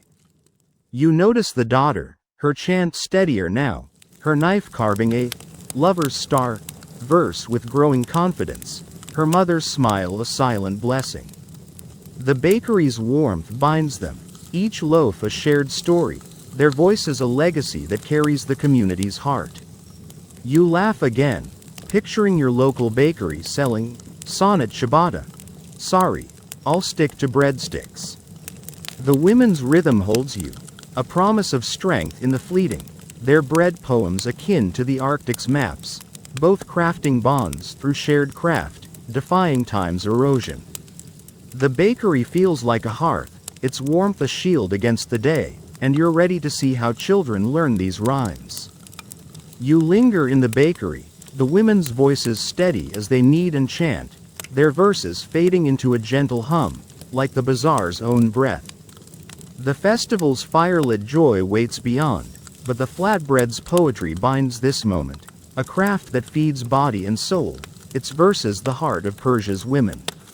You feel the weight of their voices, the bakery a haven in the midday light, and you're ready to watch young bakers learn. The stars hide above, their light a gentle pull, and you drift closer to sleep, the scent of bread and the poetry's rhythm a lullaby in the Persian day.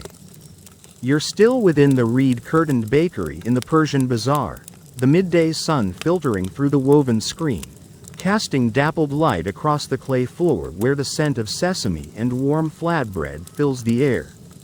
The women's chants linger in your ears, their verses of desert flowers and rivers now a gentle echo, but your focus shifts to a corner where two children, a boy and a girl, siblings of the younger woman baker, knead small mounds of dough, their voices stumbling through poetic rhymes.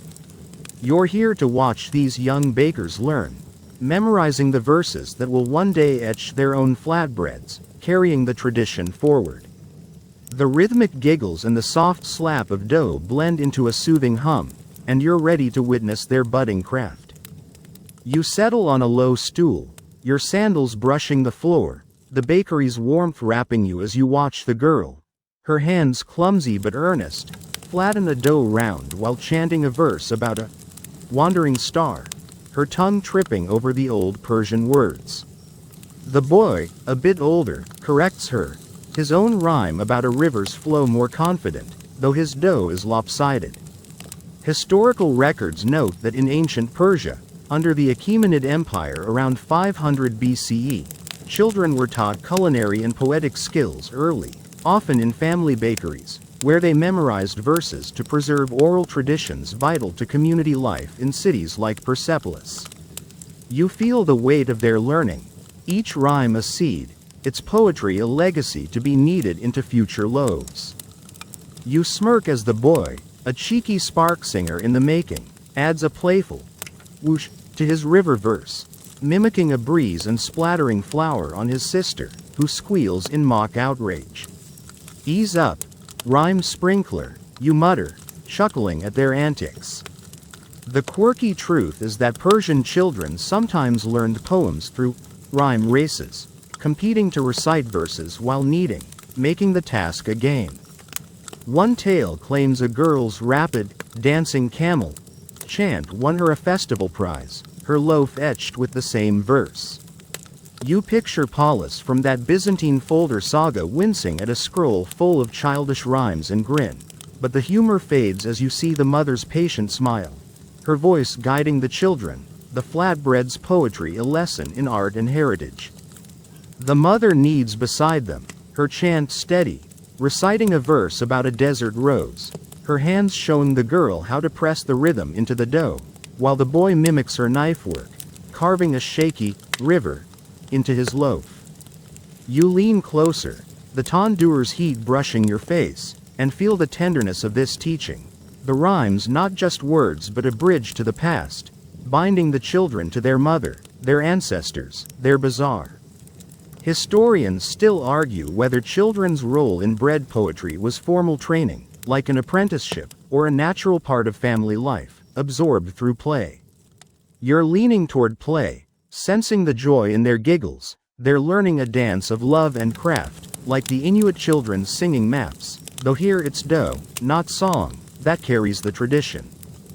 You step back, the bakery's glow softening, the girl now chanting with more confidence, her wandering star verse clearer, her dough rounder under her small hands.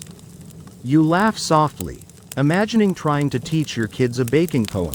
Yeah, you'd get sticky dough blues and a flour fight. The Persian children's craft is different. Their flatbread's a canvas for rhymes that feed both hunger and heart, far beyond the Byzantine folders' petty disputes over figs or goats, which seem trivial against this legacy. The bazaar's hum seeps through the reeds, a merchant's call, a cart's creak, but the bakery remains a haven, the children's voices a budding chorus in the midday light. You glance at the flatbreads, stacked high, their surfaces etched with verses, stars, rivers, roses. Some now bearing the children's wobbly script, each one a step toward mastery. The mother pauses, offering a loaf to a customer, her chant clear as she recites its harvest moon verse, the boy echoing her proudly. You yawn, the tandoor's crackle and the children's rhymes blending with the bazaar's murmur, a soothing hum that tugs at your eyelids. You think of that dancing camel prize, its verse a child's triumph, and realize this learning isn't just skill, it's memory, each rhyme a spark, like the Inuits' pop pop crunch of ice, both weaving stories into the future.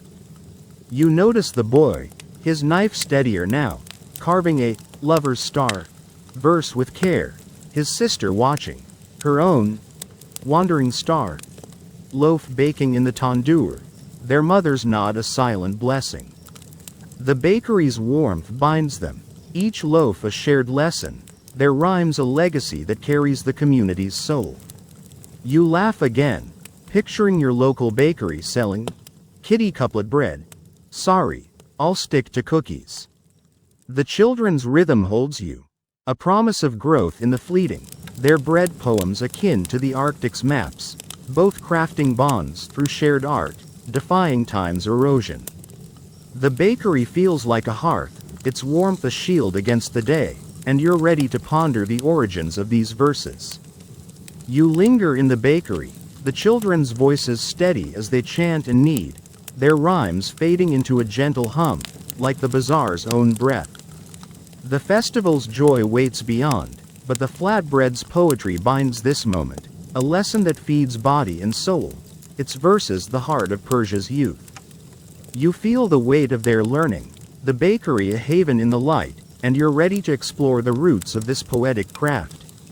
The stars hide above, their light a gentle pull, and you drift closer to sleep, the scent of bread and the poetry's rhythm a lullaby in the Persian day.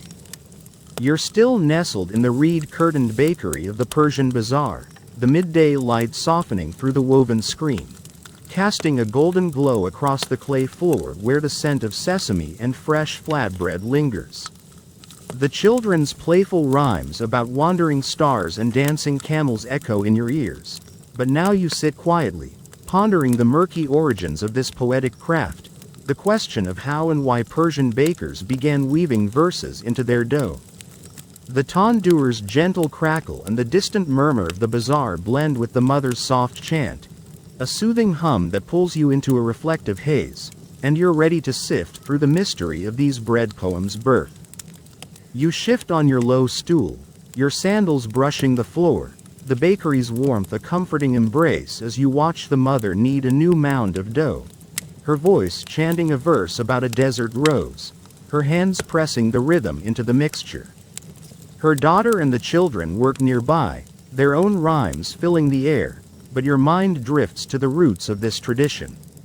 Historical records suggest that ancient Persian poetry, flourishing under the Achaemenid Empire around 500 BCE, was deeply oral, with verses woven into daily life, from royal courts to humble stalls, possibly inspiring bakers to etch their words into flatbreads as early as the empire's rise.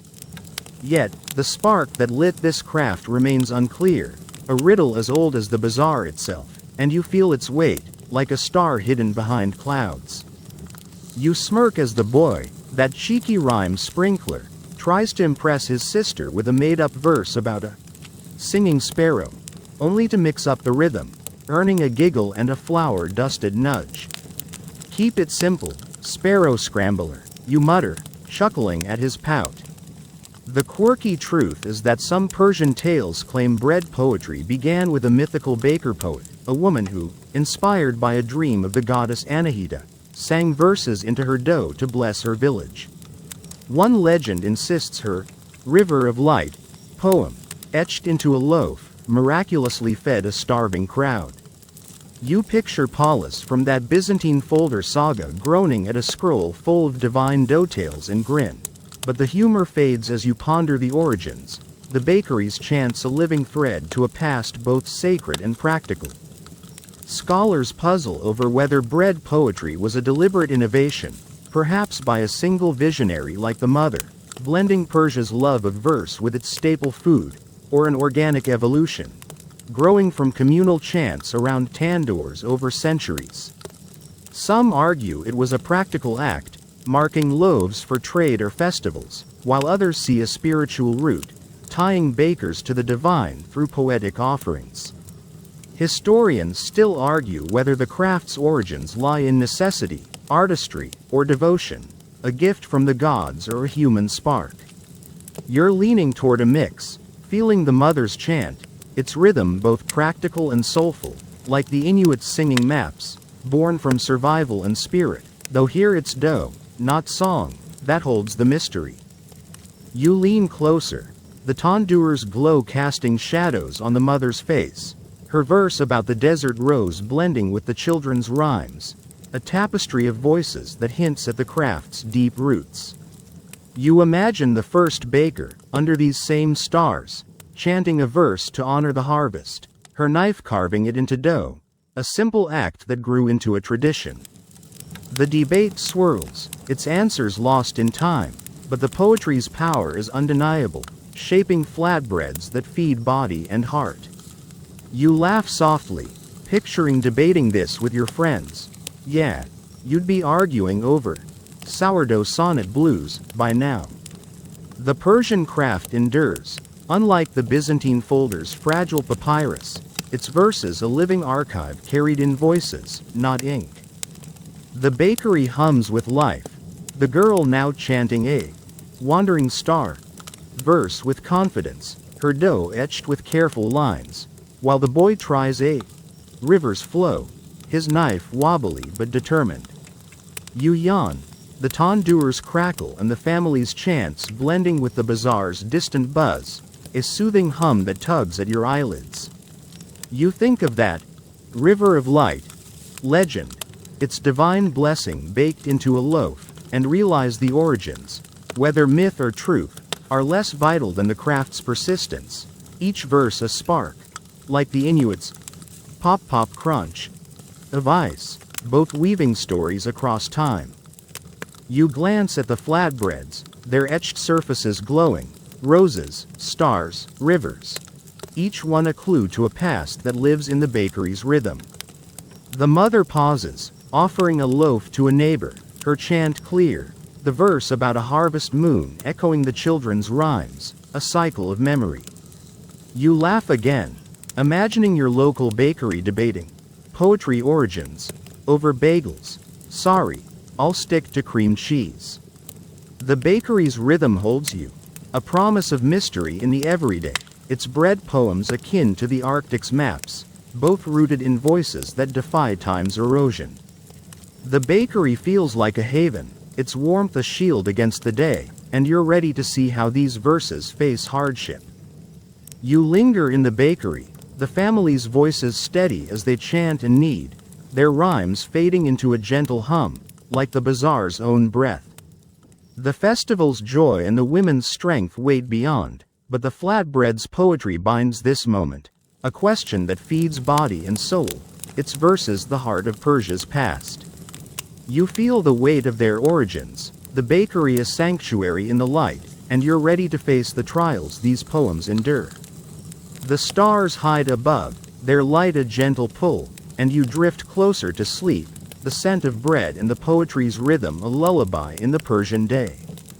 You've stepped beyond the reed-curtained bakery, its midday glow now a memory, and find yourself in a Persian city under siege, the bazaar's vibrant hum replaced by the distant clash of swords and the acrid scent of smoke. The year is perhaps 330 BCE, as Alexander's armies press closer, casting shadows of war and scarcity over the land. Yet, in a small courtyard, a baker's tandoor still burns, its firelight flickering on golden flatbreads etched with poetry, their verses a quiet defiance against the chaos. You're here to see how these bakers' poems endure hardship, their words kneaded into dough to lift spirits and sustain hope when grain is scarce and fear abounds. The soft crackle of the fire and the baker's whispered chant blend into a soothing hum, and you're ready to feel their resilience. You huddle near the tandoor, your sandals scuffing the cracked earth, the courtyard's air heavy with dust and the faint, comforting aroma of baking flatbread. The baker, a woman, her face etched with worry yet resolute, kneads a meager portion of barley flour, her hands trembling from hunger but steady in purpose, chanting a verse about a desert rose that blooms despite drought. She carves the words, rose, and endure, into the dough, her knife slow but sure, offering the loaf to a cluster of weary neighbors. Historical records note that during the Achaemenid Empire's fall around 330 BCE, Persian communities faced invasions and famine, yet bakers continued their craft, their poetic flatbreads a symbol of cultural defiance, sustaining both body and spirit in cities like Persepolis. You feel the weight of their courage, each loaf a spark, its poetry a shield against despair. You smirk as a child, a dusty-faced echo of the bazaar's rhyme sprinkler, sneaks a crumb from a loaf etched with a wandering star verse, reciting it with a grin despite the hunger in his eyes. Keep shining, crumb snatcher, you mutter, chuckling at his spark. The quirky truth is that some bakers hid extra poems in their dough, folding verses into the bread's layers to surprise eaters with hope, like a hidden flame poem meant to kindle courage. One tale claims a baker's secret verse, found mid-famine, rallied a village to share their last grain. You picture Paulus from that Byzantine folder saga groaning at a scroll full of covert crumbs and grin, but the humor fades as you see the baker's resolve, her chant a lifeline, her flatbread's poetry a quiet rebellion against war's shadow. She breaks the loaf, passing pieces to the gathered few, each reciting the desert rose verse, their voices hoarse but united, the words a bomb against the distant cries of battle. You lean closer, the sesame's faint aroma mingling with the tandoor's smoky breath, and accept a small piece, its etched poem warm in your hand, its taste gritty yet sacred. The act is defiant, the flatbread not just sustenance but a vow to endure, its poetry a whisper of hope in a crumbling world. Historians still argue whether these bread poems in times of hardship were practical, stretching scarce flour with shared ritual, or spiritual, invoking strength through verse. You're leaning toward spiritual, sensing the baker's faith, her chant a prayer against scarcity, like the Inuits singing maps defying blizzards, though here it's dough, not song, that holds the heart. You step back, the tandoor's glow a fragile beacon in the courtyard, the baker now kneading another scant batch, her chant shifting to a verse about a river's unyielding flow, her hands carving its words with fierce care. You laugh softly, imagining trying to bake poetry in a crisis. Yeah, you'd get empty pantry blues and a burnt mess. The Persian baker's craft is different, their flatbread's a lifeline, far beyond the Byzantine folder's petty disputes over figs or goats, which seem trivial against this resilience. The city's tension presses in, a distant horn sounding, but the courtyard holds steady, the baker's voice a thread of light in the dark. You glance at the flatbreads, few but precious, their surfaces etched with verses, roses, stars, rivers. Each one a testament to survival, shared among the hungry. The child recites his wandering star. Again, his voice louder, drawing a faint smile from the baker, her eyes weary but unbroken.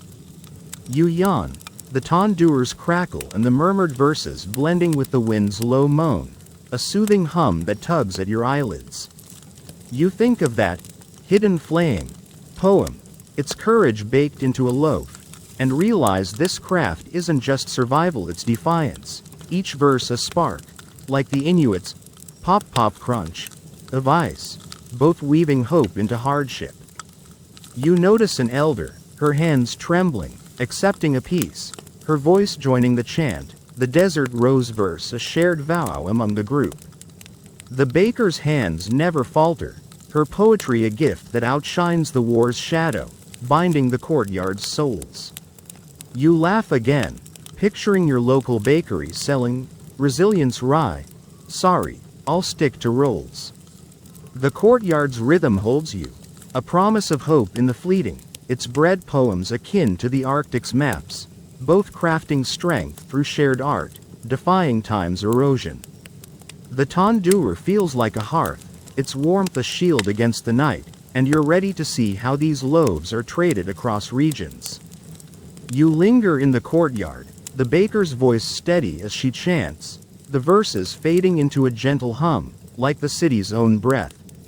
The bazaar's lost vibrancy waits beyond, but the flatbread's poetry binds this moment, a defiance that feeds body and soul, its verses the heart of Persia's endurance. You feel the weight of their courage, the courtyard a haven in the dark, and you're ready to follow the trade of these poetic loaves. The stars gleam above, their light a gentle pull, and you drift closer to sleep, the scent of bread and the poetry's rhythm a lullaby in the Persian night. You've left the embattled courtyard behind, its tandoor's defiant glow now a memory, and find yourself trudging along a dusty trade route beyond the Persian city, where the sun hangs low, casting long shadows across the caravan path. The air is dry, scented with the faint musk of camel hide and the warm, lingering aroma of flatbread tucked in merchants' packs, each loaf etched with poetry. You're here to witness the trading of these bread poems, carried from bazaars like Persepolis to distant markets in Susa or Ecbatana, their verses a shared language that binds regions through art and sustenance. The rhythmic creak of cartwheels and the soft murmur of traders' chants blend into a soothing hum, and you're ready to follow this poetic exchange.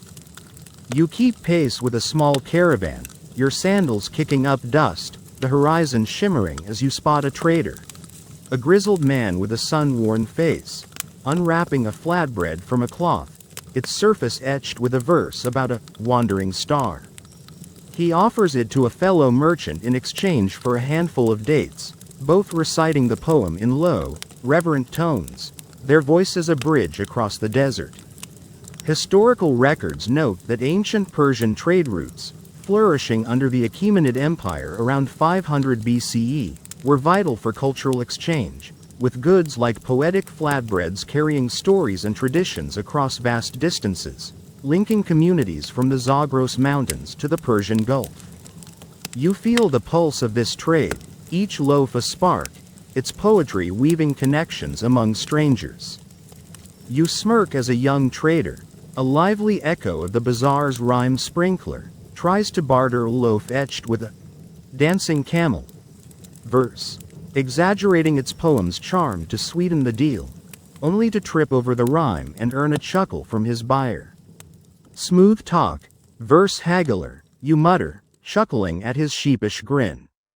The quirky truth is that some traders used bread poems as travel tokens, gifting them to secure safe passage or win favor with local leaders. One tale claims a merchant's river of light loaf, shared with a tribal chief, opened a blocked route. You picture Paulus from that Byzantine folder saga groaning at a scroll full of bread-based diplomacy and grin, but the humor fades as you see the trader's pride, his flatbread a currency of poetry, its verses a gift that transcends mere barter. The grizzled trader breaks his loaf, sharing a piece with a camel driver, both chanting the wandering star verse, their voices mingling with the wind's low moan, a ritual that binds them despite their different paths. You lean closer, the sesame's faint aroma rising from the bread, and accept a small piece from the trader, its etched poem warm in your hand, its taste earthy and fleeting. The act is more than trade, it's a sharing of stories, the flatbread's poetry a language that carries hope across regions, even in times of war's shadow. Historians still argue whether these traded bread poems were primarily economic, boosting market ties, or cultural, fostering unity across Persia's diverse lands. You're leaning toward cultural, sensing the traders' connection, their verses a bond like the Inuits singing maps swapped among clans, though here it's dough, not song, that carries the heart. You step back, the caravan's dust settling, the young trader now offering a desert rose loaf to a woman merchant, her nod sealing the exchange as she recites its verse about resilience. You laugh softly, imagining trying to trade a sandwich for goods at your local market. Yeah, you'd get stale swap blues and a blank stare. The Persian trader's craft is different, their flatbread's a poetic currency, far beyond the Byzantine folder's petty disputes over figs or camels, which seem trivial against this artful exchange. The desert stretches wide, a distant city's silhouette faint, but the caravan feels alive, the bread poems a thread of light in the dusk. You glance at the trader's packs, bulging with flatbreads, their etched surfaces glowing faintly, stars, roses, rivers. Each one a verse carried from one bazaar to another, shared across Persia's heart. The camel driver chants his wandering star again, his voice steady, drawing a smile from the grizzled trader, their bond sealed by the loaf. You yawn, the cart's creak and the murmured verses blending with the wind's soft sigh, a soothing hum that tugs at your eyelids. You think of that river of light loaf, its verse opening a route, and realize this trade isn't just commerce, it's connection, each loaf a story, like the Inuits' pop pop crunch of ice, both weaving ties across distances. You notice a woman trader, her pack heavy with loaves, reciting a lover's star verse to a passing rider, her voice clear, the poem a gift that earns her a nod of respect. The caravan moves on, the flatbread's poetry a currency that outshines war's scars, binding regions with shared words. You laugh again, picturing your local store accepting poetry pastries. For trade, sorry, I'll stick to cash. The caravan's rhythm holds you, a promise of unity in the fleeting, its bread poems akin to the Arctic's maps, both crafting bonds through shared art, defying time's erosion. The desert feels like a hearth, its warmth a shield against the night, and you're ready to see how scribes admire this craft.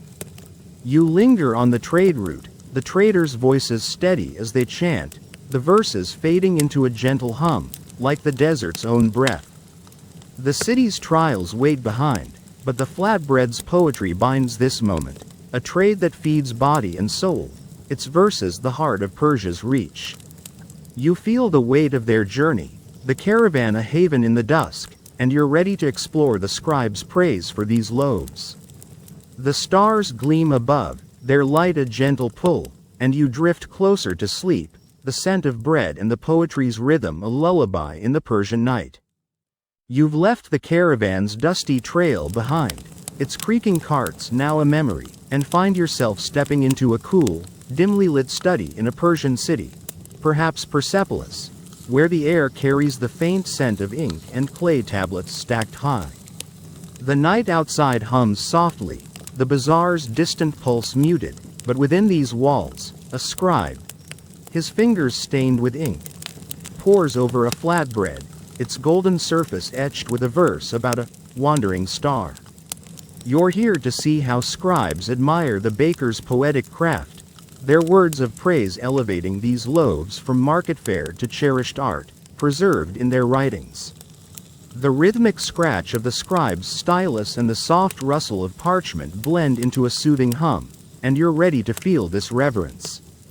You settle on a cushioned bench, your sandals silent on the stone floor, the study's lamplight casting shadows as you watch the scribe trace the flatbread's verse with a reed stylus, copying its words onto a clay tablet, his eyes alight with awe. He murmurs the poem, a line about a star seeking home, and notes its elegance, comparing it to courtly odes. Historical records note that ancient Persian scribes, flourishing under the Achaemenid Empire around 500 BCE, often documented cultural practices, including the poetic flatbreads of bazaars, praising their blend of sustenance and art in archives that reached from Susa to Sardis. You feel the weight of this admiration, each loaf a treasure, its poetry a bridge between humble bakers and learned scholars. You smirk as a young apprentice scribe, a bookish echo of the bazaar's verse haggler, fumbles a tablet, nearly dropping it while trying to recite a dancing camel verse from another loaf, earning a stern glance from his master. Mind your grip, tablet tumbler, you mutter, chuckling at his flushed cheeks. The quirky truth is that some scribes collected bread anthologies, preserving poem fragments from flatbreads in special tablets, treating them like literary gems. One tale claims a scribe's anthology of 4 seasons verses was gifted to a king, who declared it finer than gold. You picture Paulus from that Byzantine folder saga groaning at a scroll full of bread poem archives and grin. But the humor fades as you see the scribe's reverence, his stylus a bridge to the baker's art, each verse a spark of Persia's soul. The scribe sets the flatbread aside, its wandering star poem now etched in clay, and begins writing praise, noting how the baker's craft mirrors the star's eternal dance, his words weaving the loaf into Persia's cultural tapestry. You lean closer, the ink's sharp scent mingling with the bread's faint sesame aroma, and imagine the tablet's journey to a royal archive, perhaps, where poets and kings might read of this humble art.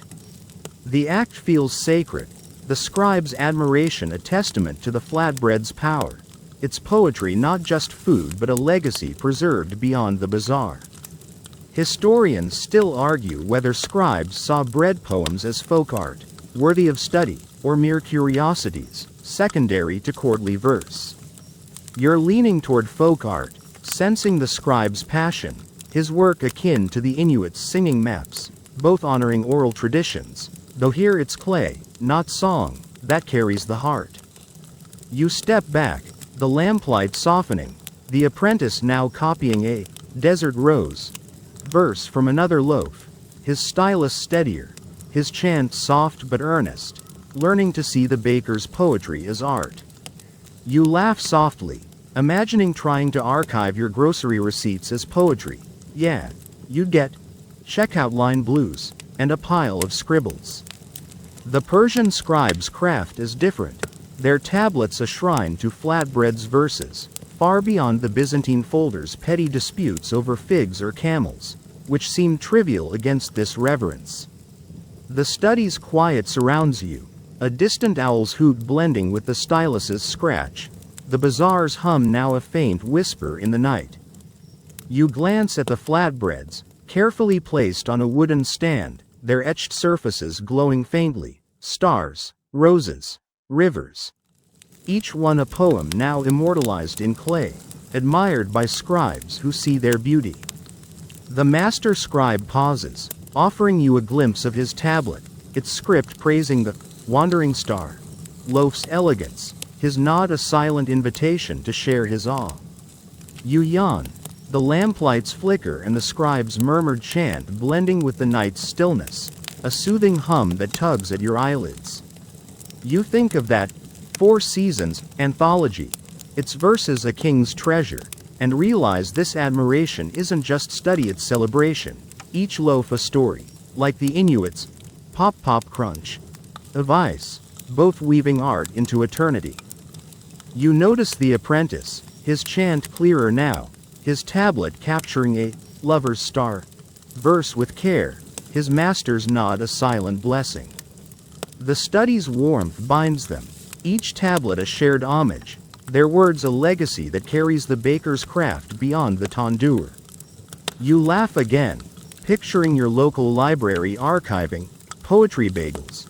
Sorry, I'll stick to books. The study's rhythm holds you, a promise of beauty in the preserved, its bred poems akin to the Arctic's maps, both crafting bonds through shared reverence, defying time's erosion. The study feels like a sanctuary, its lamplight a shield against the night, and you're ready to feel the fragile thread of memory. You linger in the study, the scribe's stylus steady as he writes, the verses fading into a gentle hum, like the night's own breath. The trade route's dust waits beyond, but the flatbread's poetry binds this moment, a praise that feeds body and soul, its verses the heart of Persia's scribes. You feel the weight of their admiration, the study a haven in the dark, and you're ready to explore the memory that preserves these poems. The stars gleam outside, their light a gentle pull, and you drift closer to sleep, the scent of bread and the poetry's rhythm a lullaby in the Persian night. You're still seated in the scribe's dimly lit study, the lamplight casting a soft glow across clay tablets and the faint scent of ink mingling with the lingering warmth of a poetic flatbread, its wandering star verse etched in your mind. The night outside is quiet, the bazaars hum a distant whisper, but within these walls, the scribe's stylus pauses, his eyes tracing the bread's delicate script as if guarding a treasure. You're here to feel the fragile thread of memory that preserves these poems, a delicate chain of voices that holds the baker's art against the erosion of time, war, and scarcity. The rhythmic scratch of the stylus and the scribe's soft murmur blend into a soothing hum, and you're ready to sense the weight of this fleeting legacy. You shift on the cushioned bench, your sandals brushing the stone floor, the study's stillness a cocoon as you watch the scribe copy a verse about a desert rose onto a tablet, his hand trembling slightly, aware that the flatbread's poetry lives only in voices and fragile loaves, not in stone or scroll. He chants the verse, his voice low, as if to anchor it in memory, a ritual you recognize from the bakery's women and children. Historical records note that ancient Persian oral traditions, thriving under the Achaemenid Empire around 500 BCE, relied solely on memory to preserve poetry, with no widespread writing for bakers' verses, making their flatbreads a fleeting archive carried by families across Persepolis and beyond. You feel the fragility of this thread, each poem a spark, its survival hinging on the voices that recite it. You smirk as the apprentice scribe, that tablet tumbling verse haggler, tries to memorize a dancing camel poem but stumbles, mixing camel with comet, earning a patient sigh from his master.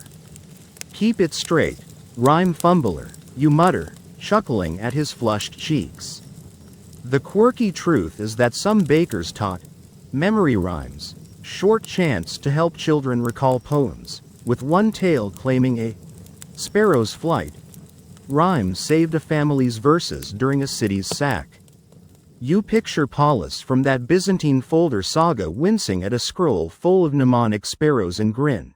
But the humor fades as you see the scribe's focus, his stylus a desperate bid to capture the flatbread's poetry, its memory a fragile thread against the chaos of war's shadow. The scribe sets the flatbread aside, its desert rose verse now etched in clay, but he pauses, his gaze distant, as if hearing the bazaar's lost voices, mothers, children, traders, whose chants keep these poems alive. You lean closer, the ink's sharp scent blending with the bread's sesame warmth, and feel the weight of this task, the poem's survival resting on voices that could falter in famine or exile. The act is both sacred and precarious, the flatbread's poetry a living archive that could vanish with a single generation's silence. Historians still argue whether the oral nature of bread poetry made it vulnerable, easily lost, or resilient, adaptable through voices. You're leaning toward vulnerable, sensing the scribe's quiet fear, his work akin to the Inuit's singing maps, both fragile in memory, though here it's dough, not song, that holds the heart. You step back, the lamplight flickering, the apprentice now chanting a lover's star verse, his voice shaky but determined, practicing to hold the poem in his mind, not just clay. You laugh softly, imagining trying to memorize a recipe as poetry. Yeah, you'd get forgotten flower blues and a lumpy mess. The Persian craft is different. Its flatbread's a fleeting vessel for verses that feed body and soul, far beyond the Byzantine folder's petty disputes over figs or camels, which seem trivial against this delicate memory. The study's hush surrounds you, a distant wind's sigh blending with the scribe's chant, the bazaar's pulse now a faint echo in the night.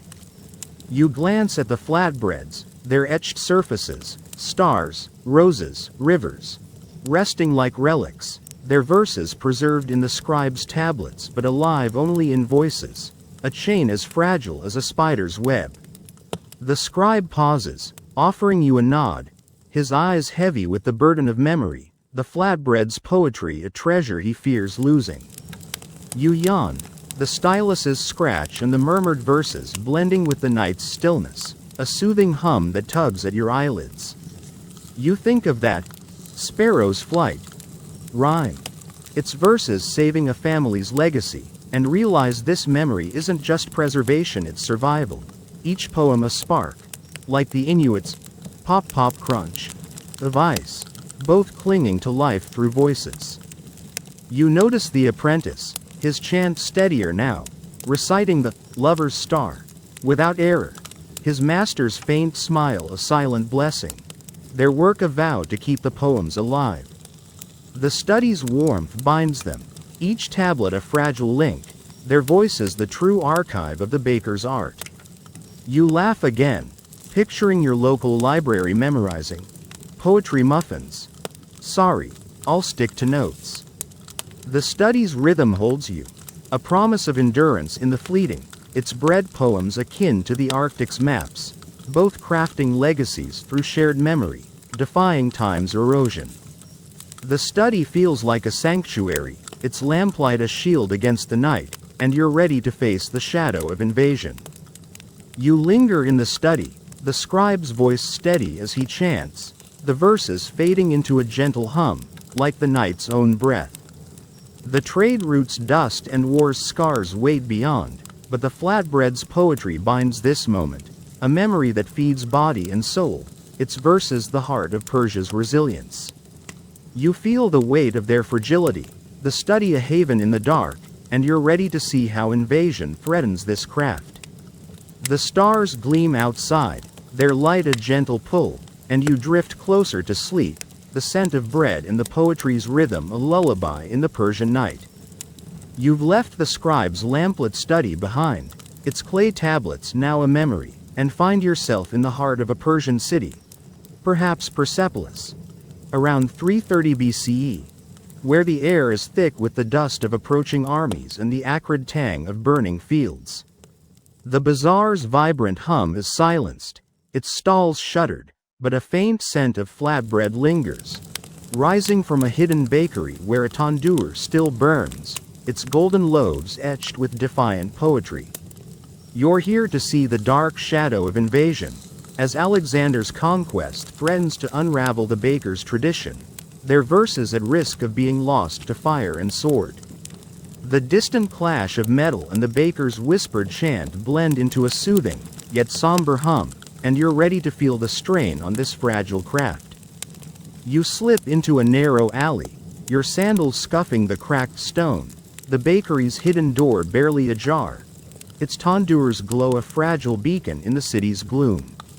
Inside, a baker, her hands weathered, her eyes fierce with resolve, kneads a small batch of barley dough, her voice chanting a verse about a desert rose that endures the storm, carving endure and bloom into the loaf with a trembling knife. Historical records note that during Alexander's invasion of the Achaemenid Empire in 330 BCE, Persian cultural practices, including poetic flatbreads, faced disruption as cities burned and communities scattered. Yet some bakers persisted, their verses a quiet resistance against conquest. You feel the weight of this threat, each loaf a spark, its poetry a flickering flame against the encroaching dark. You smirk as a young boy, a shadow of the crumb-snatching rhyme sprinkler, peeks from behind a sack, reciting a wandering star verse but stumbling under the baker's stern gaze, his voice hushed by the city's fear. Keep it low, star whisperer, you mutter, chuckling at his wide-eyed nod. The quirky truth is that some bakers hid their poems in silent verses, etching them so faintly they were nearly invisible, to protect the craft from looters or foreign scorn.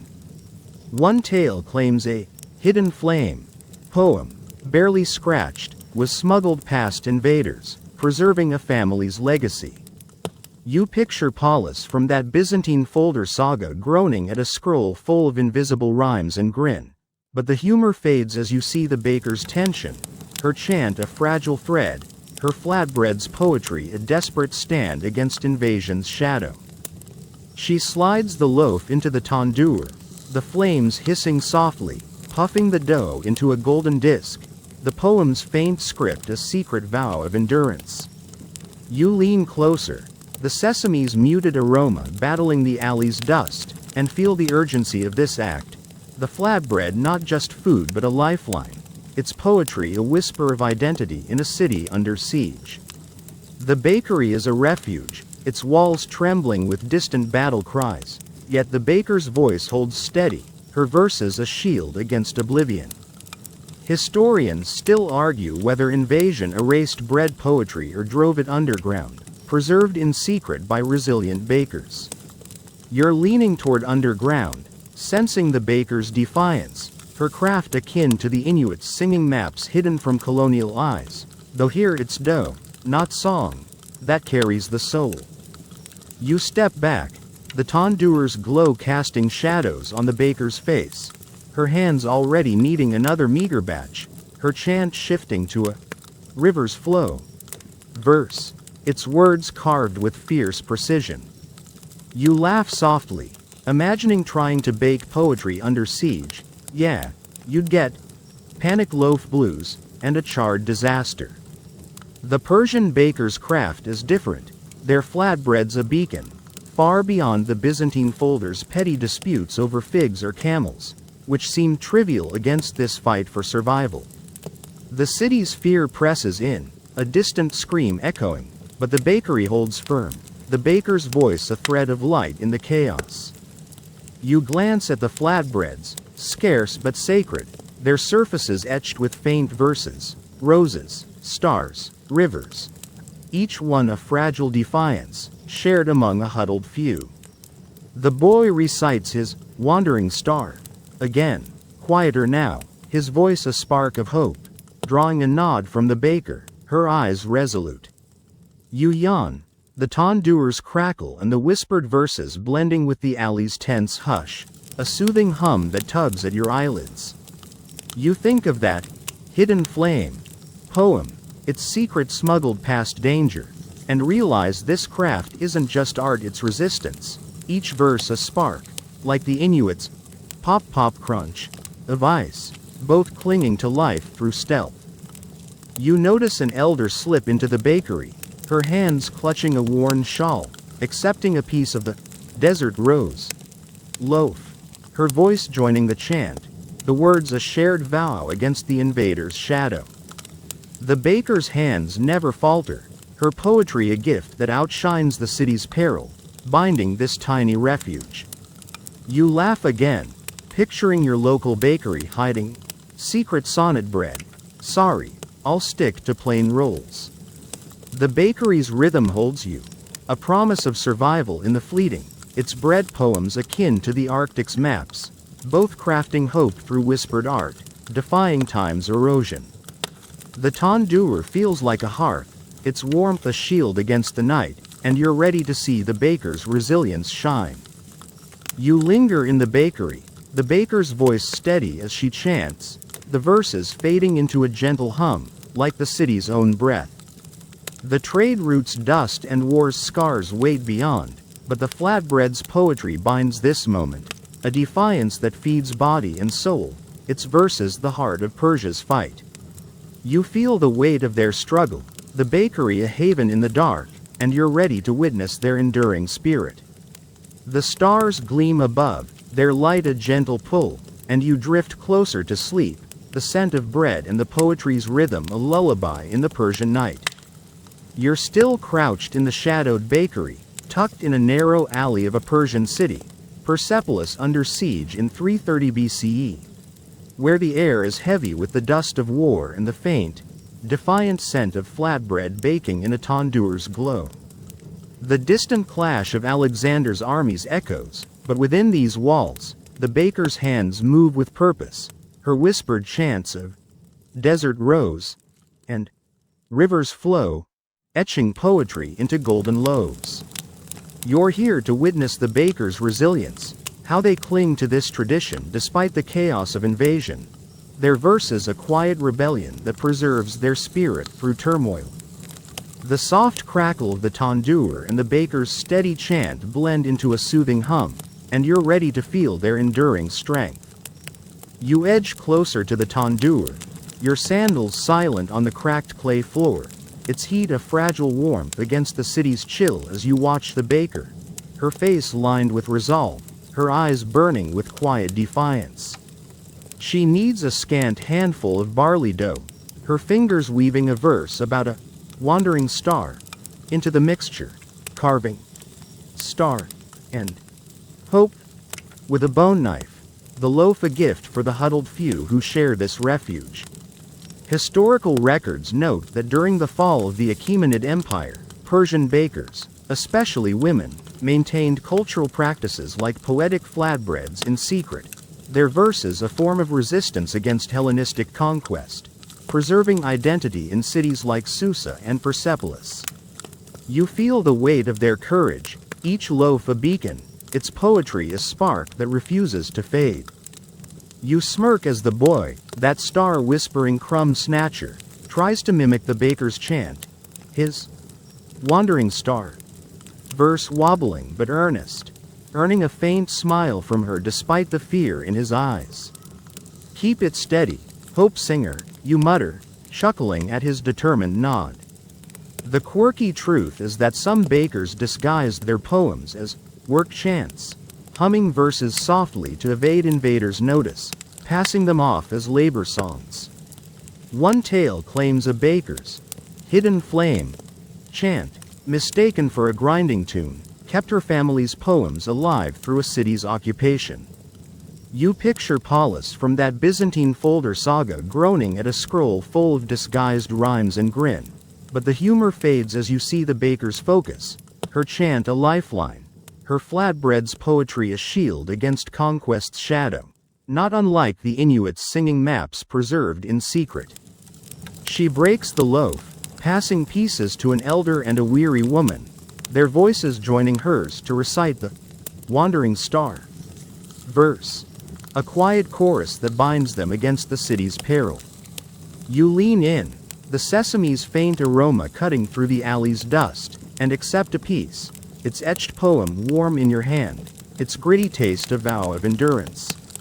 The act is a rebellion, the flatbread not just sustenance but a testament to identity, its poetry a whispered defiance in a world of swords and fire.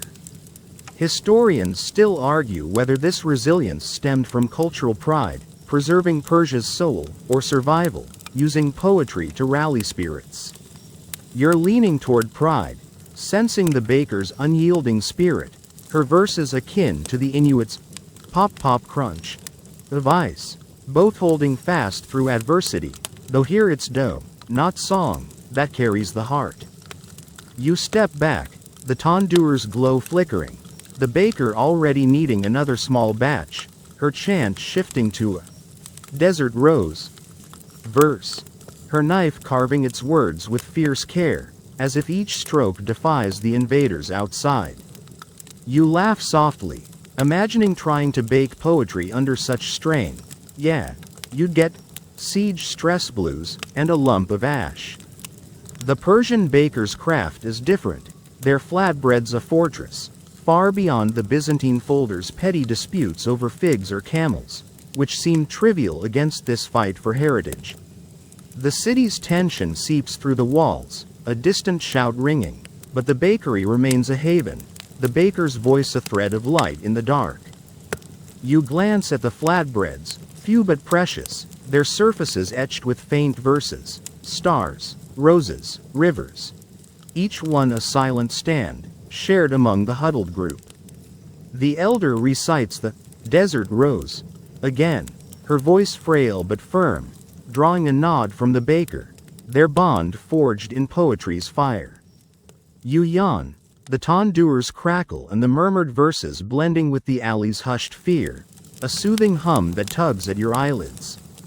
You think of that hidden flame, chant, its secrecy a lifeline, and realize this resilience isn't just survival, it's legacy, each verse a spark, like the Inuits' whispered maps, both guarding their soul through turmoil.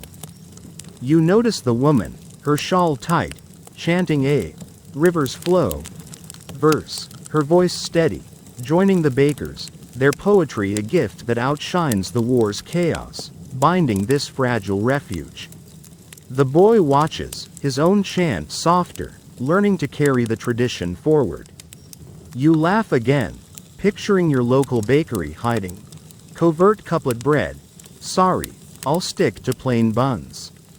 The bakery's rhythm holds you, a promise of endurance in the fleeting, its bread poems akin to the Arctic's maps, both crafting hope through secret art, defying time's erosion.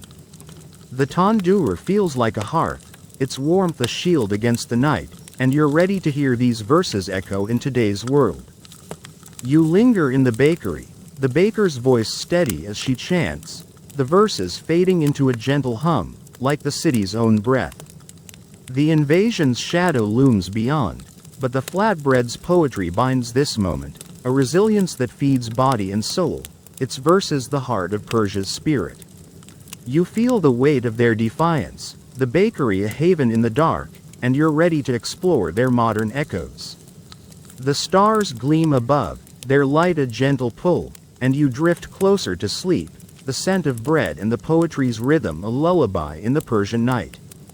You've left the shadowed bakery of Persepolis behind, its defiant tandoor now a distant glow, and find yourself in a vibrant market in modern Tehran, May 2025, where the air hums with the chatter of vendors and the warm, yeasty scent of flatbread fresh from gas-fired ovens. The sun casts a golden haze over stalls piled with saffron, pistachios, and stacks of golden sangak and barberry, some faintly etched with patterns that hint at ancient poetry. You're here to hear the echoes of Persian bread poetry in today's Iran, where the tradition persists, blending verses of stars and rivers with the pulse of modern life. The rhythmic clink of coins and the soft murmur of recited poems blend into a soothing hum, and you're ready to trace this timeless craft. You weave through the crowded market, your sneakers scuffing the worn stone, the bustle a modern echo of the Achaemenid bazaars as you pause at a baker's stall, where a woman, her hands floured, her smile warm, offers a sangak loaf, its surface subtly scratched with a verse about a wandering star. She chants the poem in Farsi, her voice low, and a customer echoes it, their exchange a nod to centuries past. Historical records note that while the Achaemenid bread poetry tradition waned after Alexander's conquest, it survived in Iran's cultural memory, revived in modern times through festivals, family recipes, and poetic nods in bakeries across Tehran and Shiraz, preserving the art despite centuries of change. You feel the continuity of this craft, each loaf a spark, its poetry a thread linking past to present. You smirk as a teenage boy, a tech-savvy heir to the crumb-snatching hope singer, snaps a photo of the loaf, posting its wandering star verse on Instagram with a hashtag bread poetry, earning a playful eye roll from the baker. Keep it classic. Verse poster, you mutter, chuckling at his grin. The quirky truth is that some modern Iranian bakers host poetry bake-offs, where locals compete to etch verses into flatbreads, blending old rhymes with new flair. One story claims a viral TikTok of a desert rose Sangak poem sparked a nationwide baking trend in 2024. You picture Paulus from that Byzantine folder saga groaning at a scroll full of hashtag rhymes and grin. But the humor fades as you see the baker's pride. Her flatbread a living echo. Its poetry a bridge across millennia, not unlike the Inuits singing maps thriving in today's Arctic. The baker breaks the loaf, sharing a piece with an elderly man, both reciting the wandering star verse, their voices blending with the market's buzz, a ritual that feels both ancient and alive. You lean closer, the sesame's nutty aroma curling around you, and accept a piece, its faint verse warm in your hand, its taste crisp and earthy, carrying whispers of Persepolis. The act is a testament, the flatbread not just food but a cultural heartbeat, its poetry a nod to resilience through conquest and time. Historians still argue whether modern bread poetry is a true revival, rooted in ancient practice, or a nostalgic reinvention, shaped by cultural pride. You're leaning toward revival, sensing the baker's connection to her ancestors, her verses akin to the Inuits' pop pop crunch of ice, both enduring through adaptation, though here it's dough, not song, that carries the soul. You wander to another stall, where a man bakes barberry, its surface etched with a river's flow verse, shared with a group of students who chant it back, their phones recording the moment. You laugh softly, imagining trying to post a poetry bagel online. Yeah, you'd get low likes blues and a stale meme. The Iranian baker's craft is different. Their flatbread's a vibrant link to the past, far beyond the Byzantine folder's petty disputes over figs or camels, which seem trivial against this living legacy. The market's energy surrounds you, a vendor hawking dates, a child chasing a stray balloon, but the baker's stalls are beacons, their bread poems sparking connection in a modern world. You glance at the flatbreads, stacked high, their etched surfaces glowing faintly, stars, rivers, roses.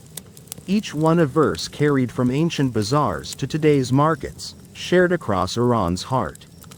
The teenage boy, now bolder, offers a lover's star loaf to a customer, his chant clear, the poem posted online to likes and shares.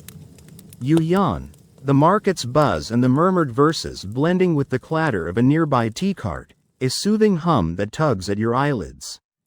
You think back to that viral desert rose poem, its echo spreading like the Inuits' ice wrap, and realize this craft isn't just memory, it's renewal, each verse a spark, weaving tradition into the present. You notice a woman buying a harvest moon loaf, her voice reciting its verse with pride, the baker nodding, their exchange a quiet vow to keep the poetry alive.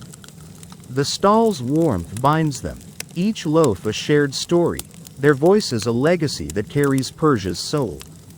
You laugh again, picturing your local bakery selling #sourdough. Sorry, I'll stick to toast. The market's rhythm holds you, a promise of continuity in the fleeting, its bread poems akin to the Arctic's maps, both crafting bonds through shared art, defying time's erosion. The stall feels like a hearth, its warmth a shield against the day, and you're ready to compare this craft to modern tools.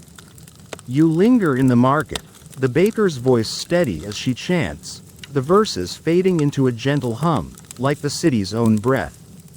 The ancient wars and trade routes wait in memory, but the flatbread's poetry binds this moment, an echo that feeds body and soul, its verses the heart of Iran's spirit. You feel the weight of their resilience, the stall a haven in the light, and you're ready to explore how technology meets this tradition. The stars hide above, their light a gentle pull, and you drift closer to sleep, the scent of bread and the poetry's rhythm a lullaby in the Persian day. You're still wandering the vibrant market in Tehran, May 2025, where the midday sun bathes the stalls in golden light, the air alive with the chatter of vendors and the warm, yeasty scent of sangak and Barbary flatbreads, some etched with faint poetic verses. The clatter of smartphones and the whir of a nearby electric oven mingle with the market's pulse, a modern twist on the ancient bazaar. You're here to compare the timeless craft of bread poetry to technology's cold touch, as bakers blend their Wandering Star and Desert Rose verses with gas ovens, apps, and social media, navigating a world of change. The rhythmic clink of coins and the soft chant of poems blend into a soothing hum, and you're ready to feel this balance. You pause at a baker's stall, your sneakers scuffing the worn stone, the heat of a gas-fired oven brushing your face as you watch the woman baker. Her hands floured, her eyes sharp, knead dough, chanting a Farsi verse about a river's flow, while checking a tablet screen for orders. She etches the poem's words into the sangak with a small knife, but a digital timer beeps, pulling her to the oven, a far cry from the tandoor's sacred dance. Historical records note that since the 20th century, Iranian bakers have adopted modern tools, electric ovens, recipe apps, and social media, while preserving poetic flatbread traditions, adapting to urban demands yet honoring the Achaemenid legacy in markets like Tehran and Isfahan. You feel the tension of this blend, each loaf a spark, its poetry teetering between tradition and tech. You smirk as the teenage boy, that verse-posting hope singer, swipes through his phone, uploading a lover's star loaf to Instagram, but fumbles the verse's hashtag poetrybread, earning a teasing nudge from a customer. Tag it right, app barred, you mutter, chuckling at his grin. The quirky truth is that some Iranian bakers now use 3D printers to etch intricate poem designs into dough, with one baker's Harvest Moon pattern winning a 2024 Food Tech Award. You picture Paulus from that Byzantine folder saga groaning at a scroll full of printed poems and grin, but the humor fades as you see the baker's focus, her chant a warm thread against technology's chill, her flatbread a bridge between ancient Persepolis and modern Tehran, not unlike the Inuits singing maps merging with GPS. The baker slides the sangak into the oven, its digital controls glowing, the loaf puffing up as the river's flow verse bakes into its crust, faintly visible, a nod to the past. You lean closer, the sesame's nutty aroma curling around you, and accept a piece, its taste crisp yet familiar, carrying echoes of the tandoor's fire. The act feels layered. Her chant roots it in tradition, but the tablet's ping ties it to orders from across the city, a balance of heart and efficiency. Historians still argue whether technology enhances bread poetry, preserving it through digital archives, or dilutes it, reducing verses to gimmicks. You're leaning toward enhancement, sensing the baker's pride, her verses akin to the Inuits' pop pop crunch of ice, both adapting to modernity while guarding their soul, though here it's dough, not song, that holds the art. You wander to another stall, where a man bakes Barbary, its desert rose verse etched with a laser-guided tool, the loaf shared via a food app with customers chanting it back on a live stream. You laugh softly, imagining etching a poem into your pizza dough with an app. Yeah, you'd get digital dough blues and a glitchy mess. The Iranian baker's craft is different. Their flatbread's a vibrant fusion, far beyond the Byzantine folder's petty disputes over figs or camels, which seem trivial against this modern dance of tradition and tech. The market's buzz surrounds you, a vendor hawking saffron, a drone delivering bread nearby, but the baker's stalls remain beacons, their bread poems sparking connection in a wired world. You glance at the flatbreads, stacked high, their etched surfaces glowing faintly, stars, roses, rivers. Each one a verse blending ancient chants with digital precision, shared across Iran's markets and screens. The teenage boy, now bolder, posts a wandering star video, his chant syncing with an app's beat, drawing likes from afar. You yawn, the oven's hum and the murmured verses blending with the market's digital clatter, a soothing hum that tugs at your eyelids. You think back to that 3D printed harvest moon loaf, its tech-crafted verse a modern echo, and realize this craft isn't just preservation, it's evolution. Each poem a spark, like the Inuit's ice wrap, both weaving tradition into the future. You notice a woman buying a lover's star loaf, her voice reciting its verse via a voice app, the baker nodding, their exchange a quiet vow to keep the poetry alive. The stall's warmth binds them, each loaf a shared story, their voices a legacy that carries Persia's heart. You laugh again, picturing your local bakery selling app-etched artisanal. Sorry, I'll stick to rolls.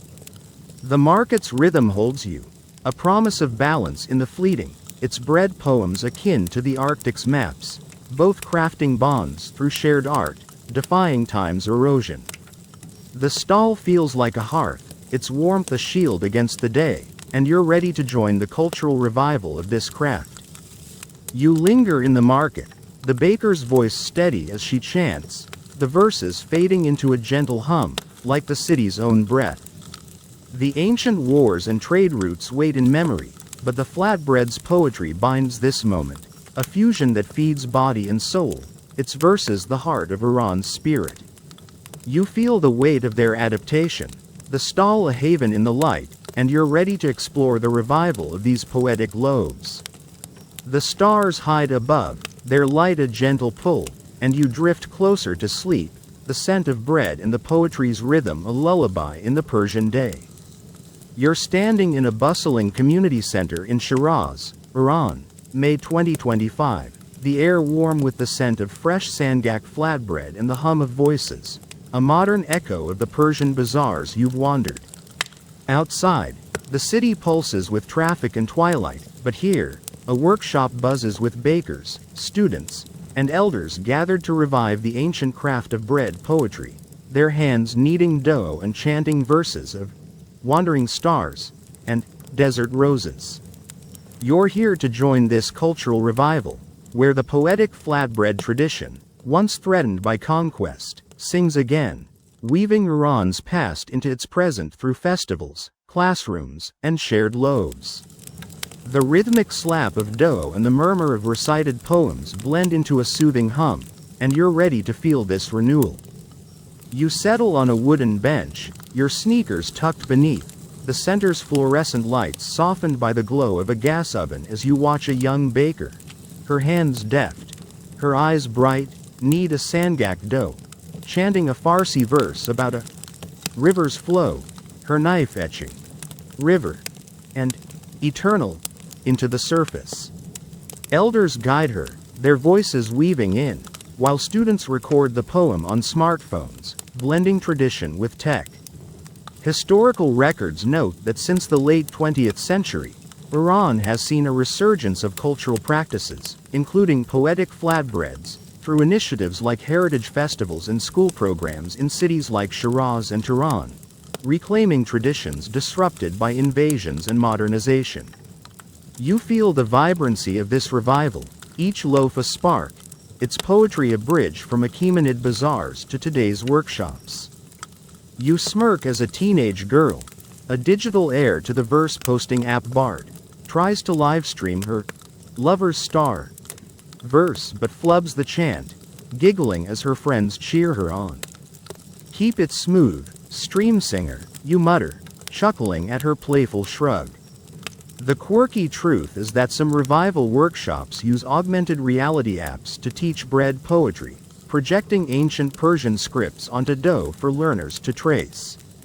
One story claims a 2024 AR app, featuring a harvest moon chant, helped a Shiraz school revive a lost family poem. You picture Paulus from that Byzantine folder saga wincing at a scroll full of AR verses and grin, but the humor fades as you see the elders' pride, their flatbreads a living art. Their poetry a spark that defies centuries of silence, not unlike the Inuits singing maps reborn in Arctic centers. The young baker slides her loaf into the oven, its digital timer beeping, the sangak puffing up as the rivers flow. Verse bakes into its crust, faintly glowing under the workshop's lights. You lean closer, the sesame's nutty aroma curling around you, and accept a piece from an elder, its warmth carrying the verse's echo, its taste a blend of ancient and new. The act is a celebration, the flatbread not just food but a cultural vow, its poetry uniting generations in a world of change. Historians still argue whether this revival is primarily cultural, preserving heritage, or practical, teaching skills for modern bakeries. You're leaning toward cultural, sensing the workshop's passion, their verses akin to the Inuits' pop pop crunch of ice, both reclaiming identity through shared art, though here it's dough, not song, that carries the soul. You wander to a table where students practice, their hands carving desert rose verses into dough, their chants guided by an elder's steady voice, their phones archiving the moment for an online heritage site. You laugh softly, imagining trying to revive a family recipe with an app. Yeah, you'd get glitchy granny's pie blues and a mess. The Iranian revival is different, its flatbread's a vibrant thread, far beyond the Byzantine folder's petty disputes over figs or camels, which seem trivial against this cultural awakening.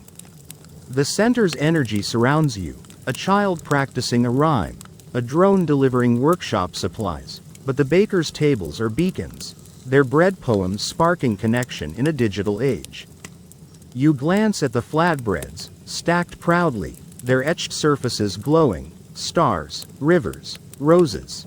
Each one a verse revived from ancient bazaars, shared across Iran's classrooms and screens.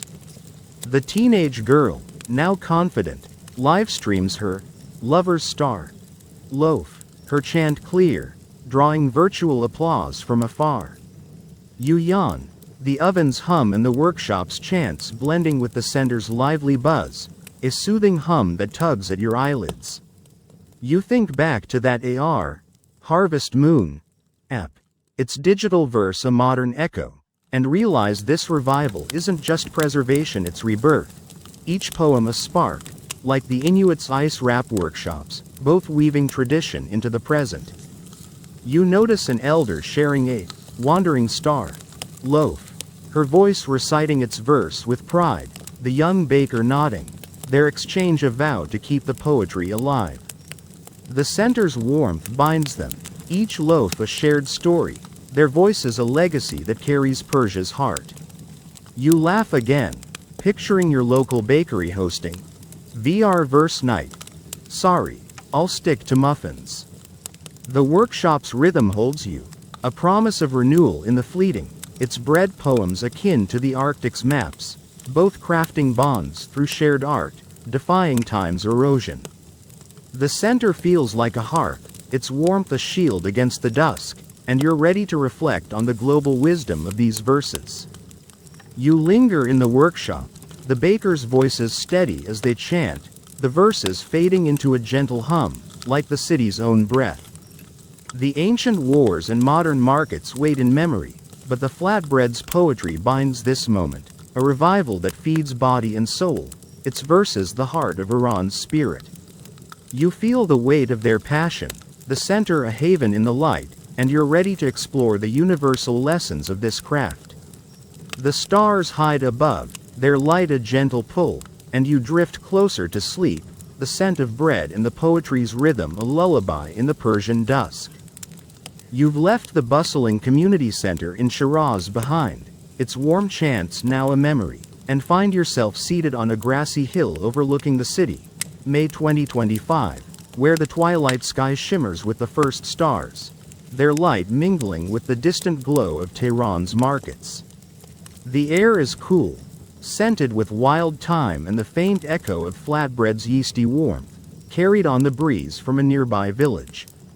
The Persian bread poetry tradition, Verses of Wandering Stars and Desert Roses, etched into Sangak, lingers in your heart, its revival a spark that reaches beyond Iran.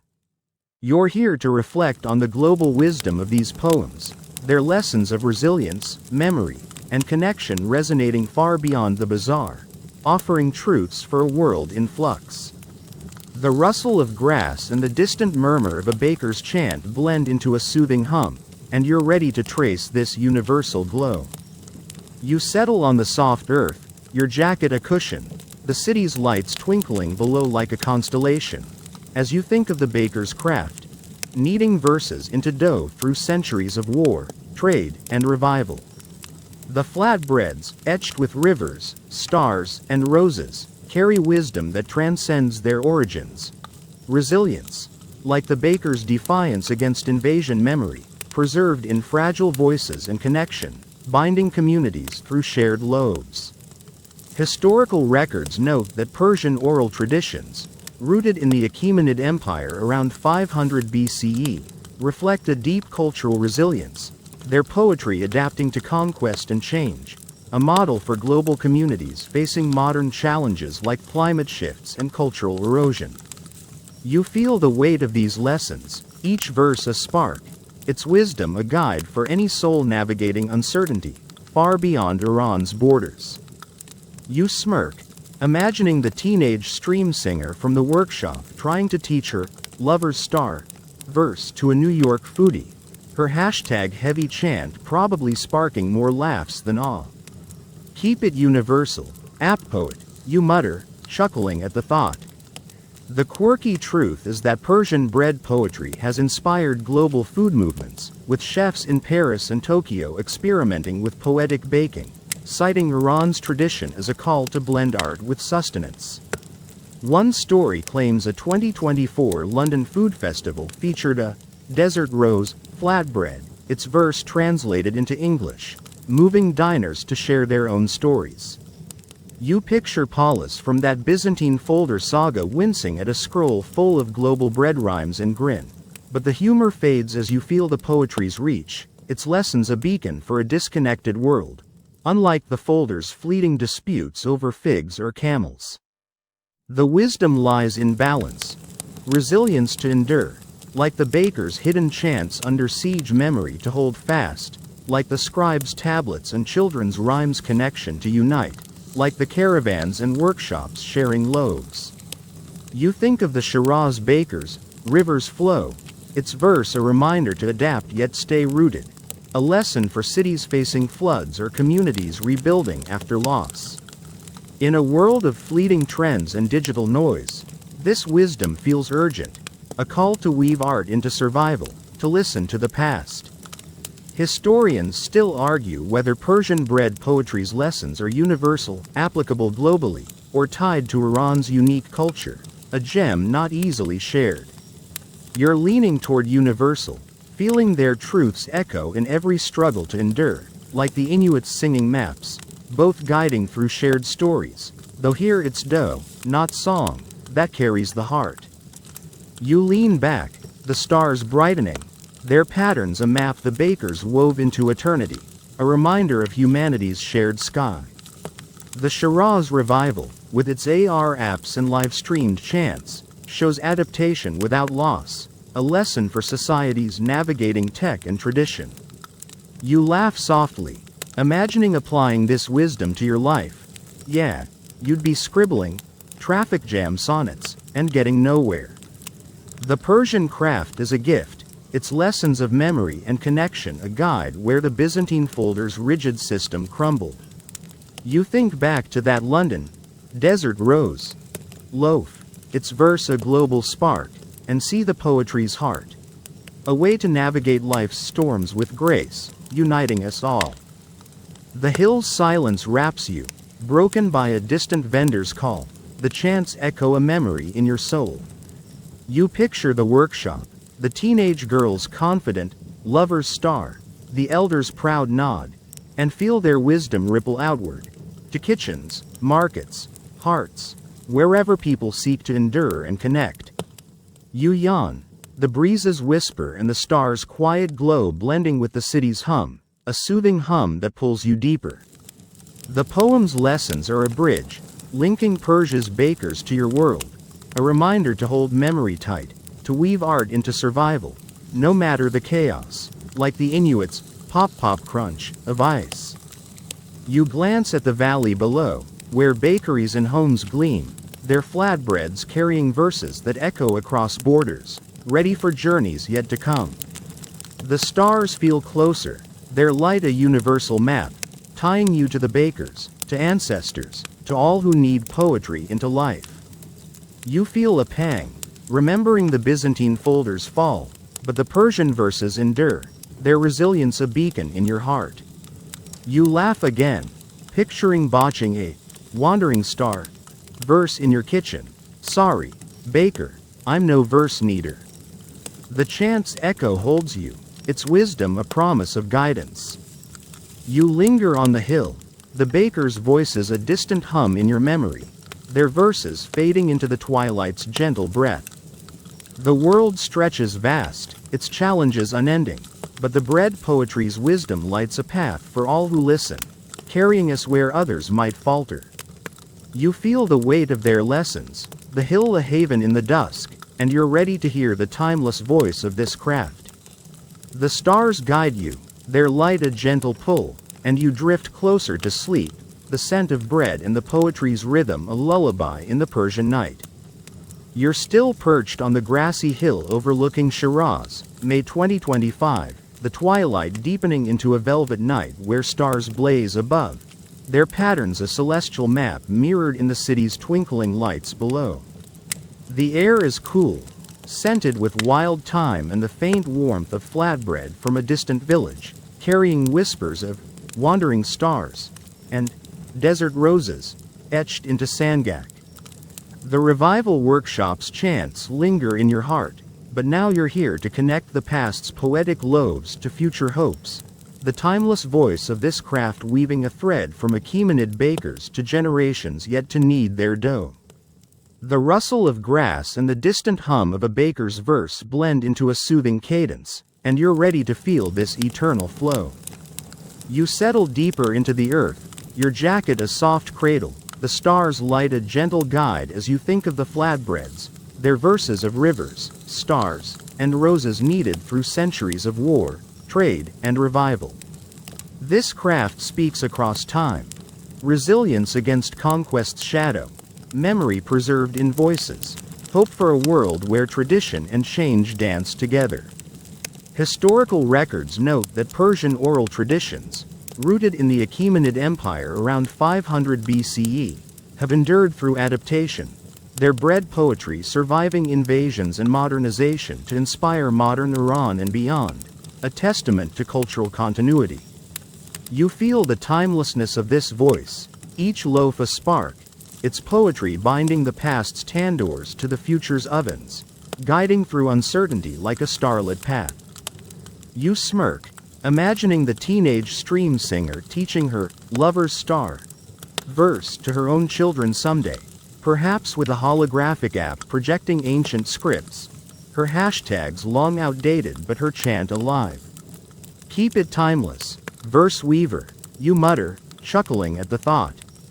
The quirky truth is that some Iranian futurists predict smart bakeries, where AI ovens etch poems into dough, with one 2024 prototype baking a harvest moon loaf synced to a user's voice. You picture Paulus from that Byzantine folder saga wincing at a scroll full of eye-baked rhymes and grin, but the humor fades as you feel the poetry's eternal voice, its verses a bridge from ancient Persepolis to future dreams, like the Inuits singing maps linking ancestors to tomorrow's singers, though here it's dough, not song, that carries the soul. The timeless voice sings of connection, to the earth, the stars, each other, a lesson for a world racing toward fragmentation. You think of the Shiraz bakers, rivers flow, its verse a promise to endure, and see its hope. A future where bakers like the workshop's youth carry these poems, blending them with tech to navigate a changing world.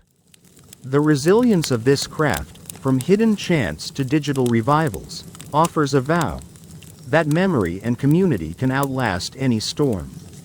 Historians still argue whether bread poetry will remain a living art, shaping future kitchens, or become a cultural relic, cherished but static. You're leaning toward living art, feeling the workshop's spark, its verses akin to the Inuits' pop pop crunch of ice, both guiding through adaptation, both eternal in their heart.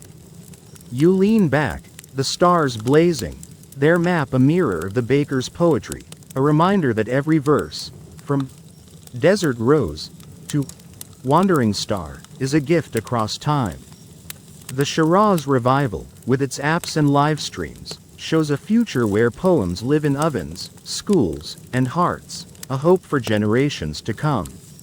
You laugh softly, imagining your own future. Yeah, you'd be mumbling Wi-Fi outage blues instead of a starlit chant. The Persian craft is a beacon, its voice a reminder to hold traditions tight while embracing change, a wisdom that outshines the Byzantine folder's fragile system, lost to chaos, while these verses sing on. The hill's silence enfolds you, broken by a distant baker's call, the chants echo a memory in your soul. You picture the workshop, the young girl's steady, desert rose, the elders' trust, and feel their voice ripple forward to future bakers, poets, dreamers, all kneading life's dough with verse. You yawn, the breezes whisper and the stars glow blending with the city's faint hum, a soothing hum that pulls you deeper.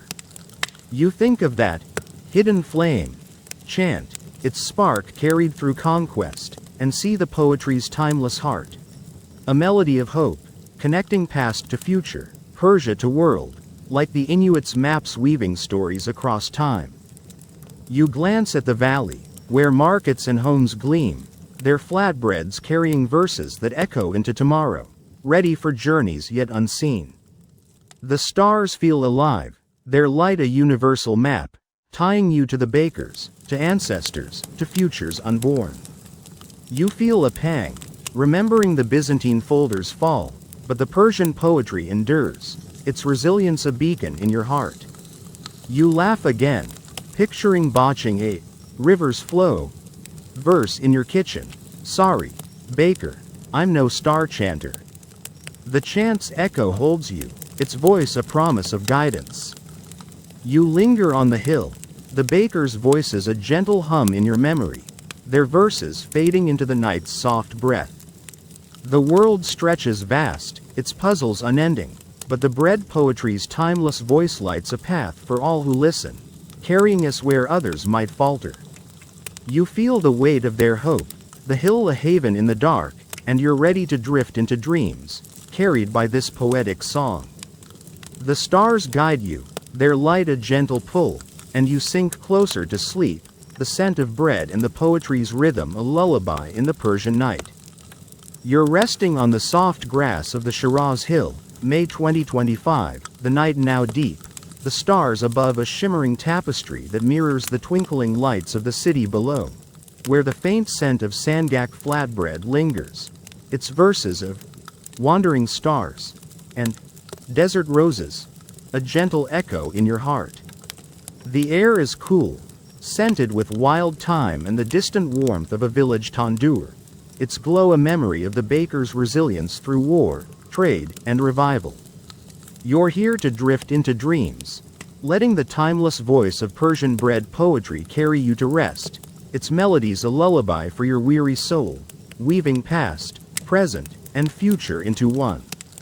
The rustle of grass and the soft hum of a distant chant blend into a soothing cadence, and you're ready to surrender to its peace. You sink deeper into the earth, your jacket a cocoon, the stars light a gentle blanket as you think of the flatbreads, their golden crusts etched with rivers, stars, and roses, kneaded through centuries of hardship and hope. You see the ancient baker in Persepolis, her hidden flame chant defying invasion, the caravan trader sharing a lover's star loaf across deserts, the Shiraz workshop's young poet live streaming her harvest moon verse. each a note in a timeless song.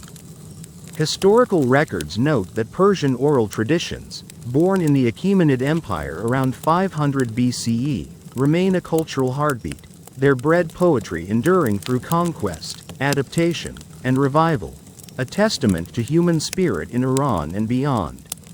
You feel their warmth, a promise that shines like the stars, unlike the Byzantine folder's papyrus, lost to dust. You smile, imagining the teenage stream singer, now a distant star in your mind, baking for her own family years hence, her desert rose chant alive in a smart oven's hum, her children learning its rhythm. Keep shining, Hope Weaver, you whisper, a soft chuckle fading into the night.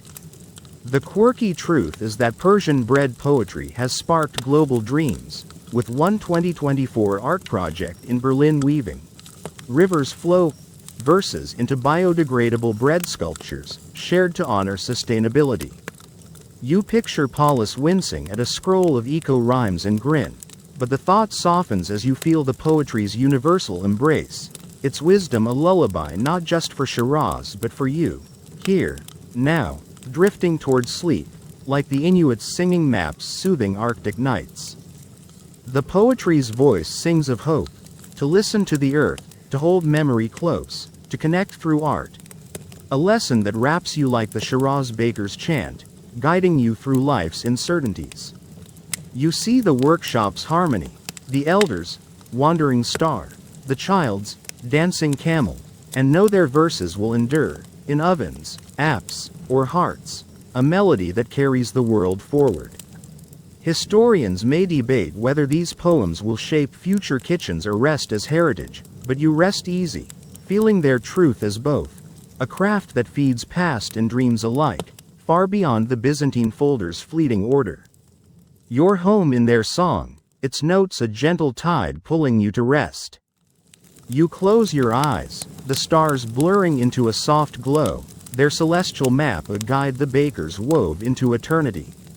You think of the workshop, the young girl's steady voice, the elder's trust, and feel their hope ripple through you, a promise that every verse, every loaf, finds its place.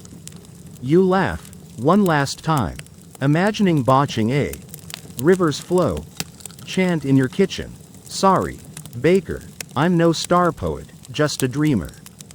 The hill's silence cradles you, its breeze a distant lullaby, the chants echo a memory that soothes your soul. You yawn, the night's whisper gone, the city's breath a tender hum, blending with the stars' light, pulling you deeper into peace.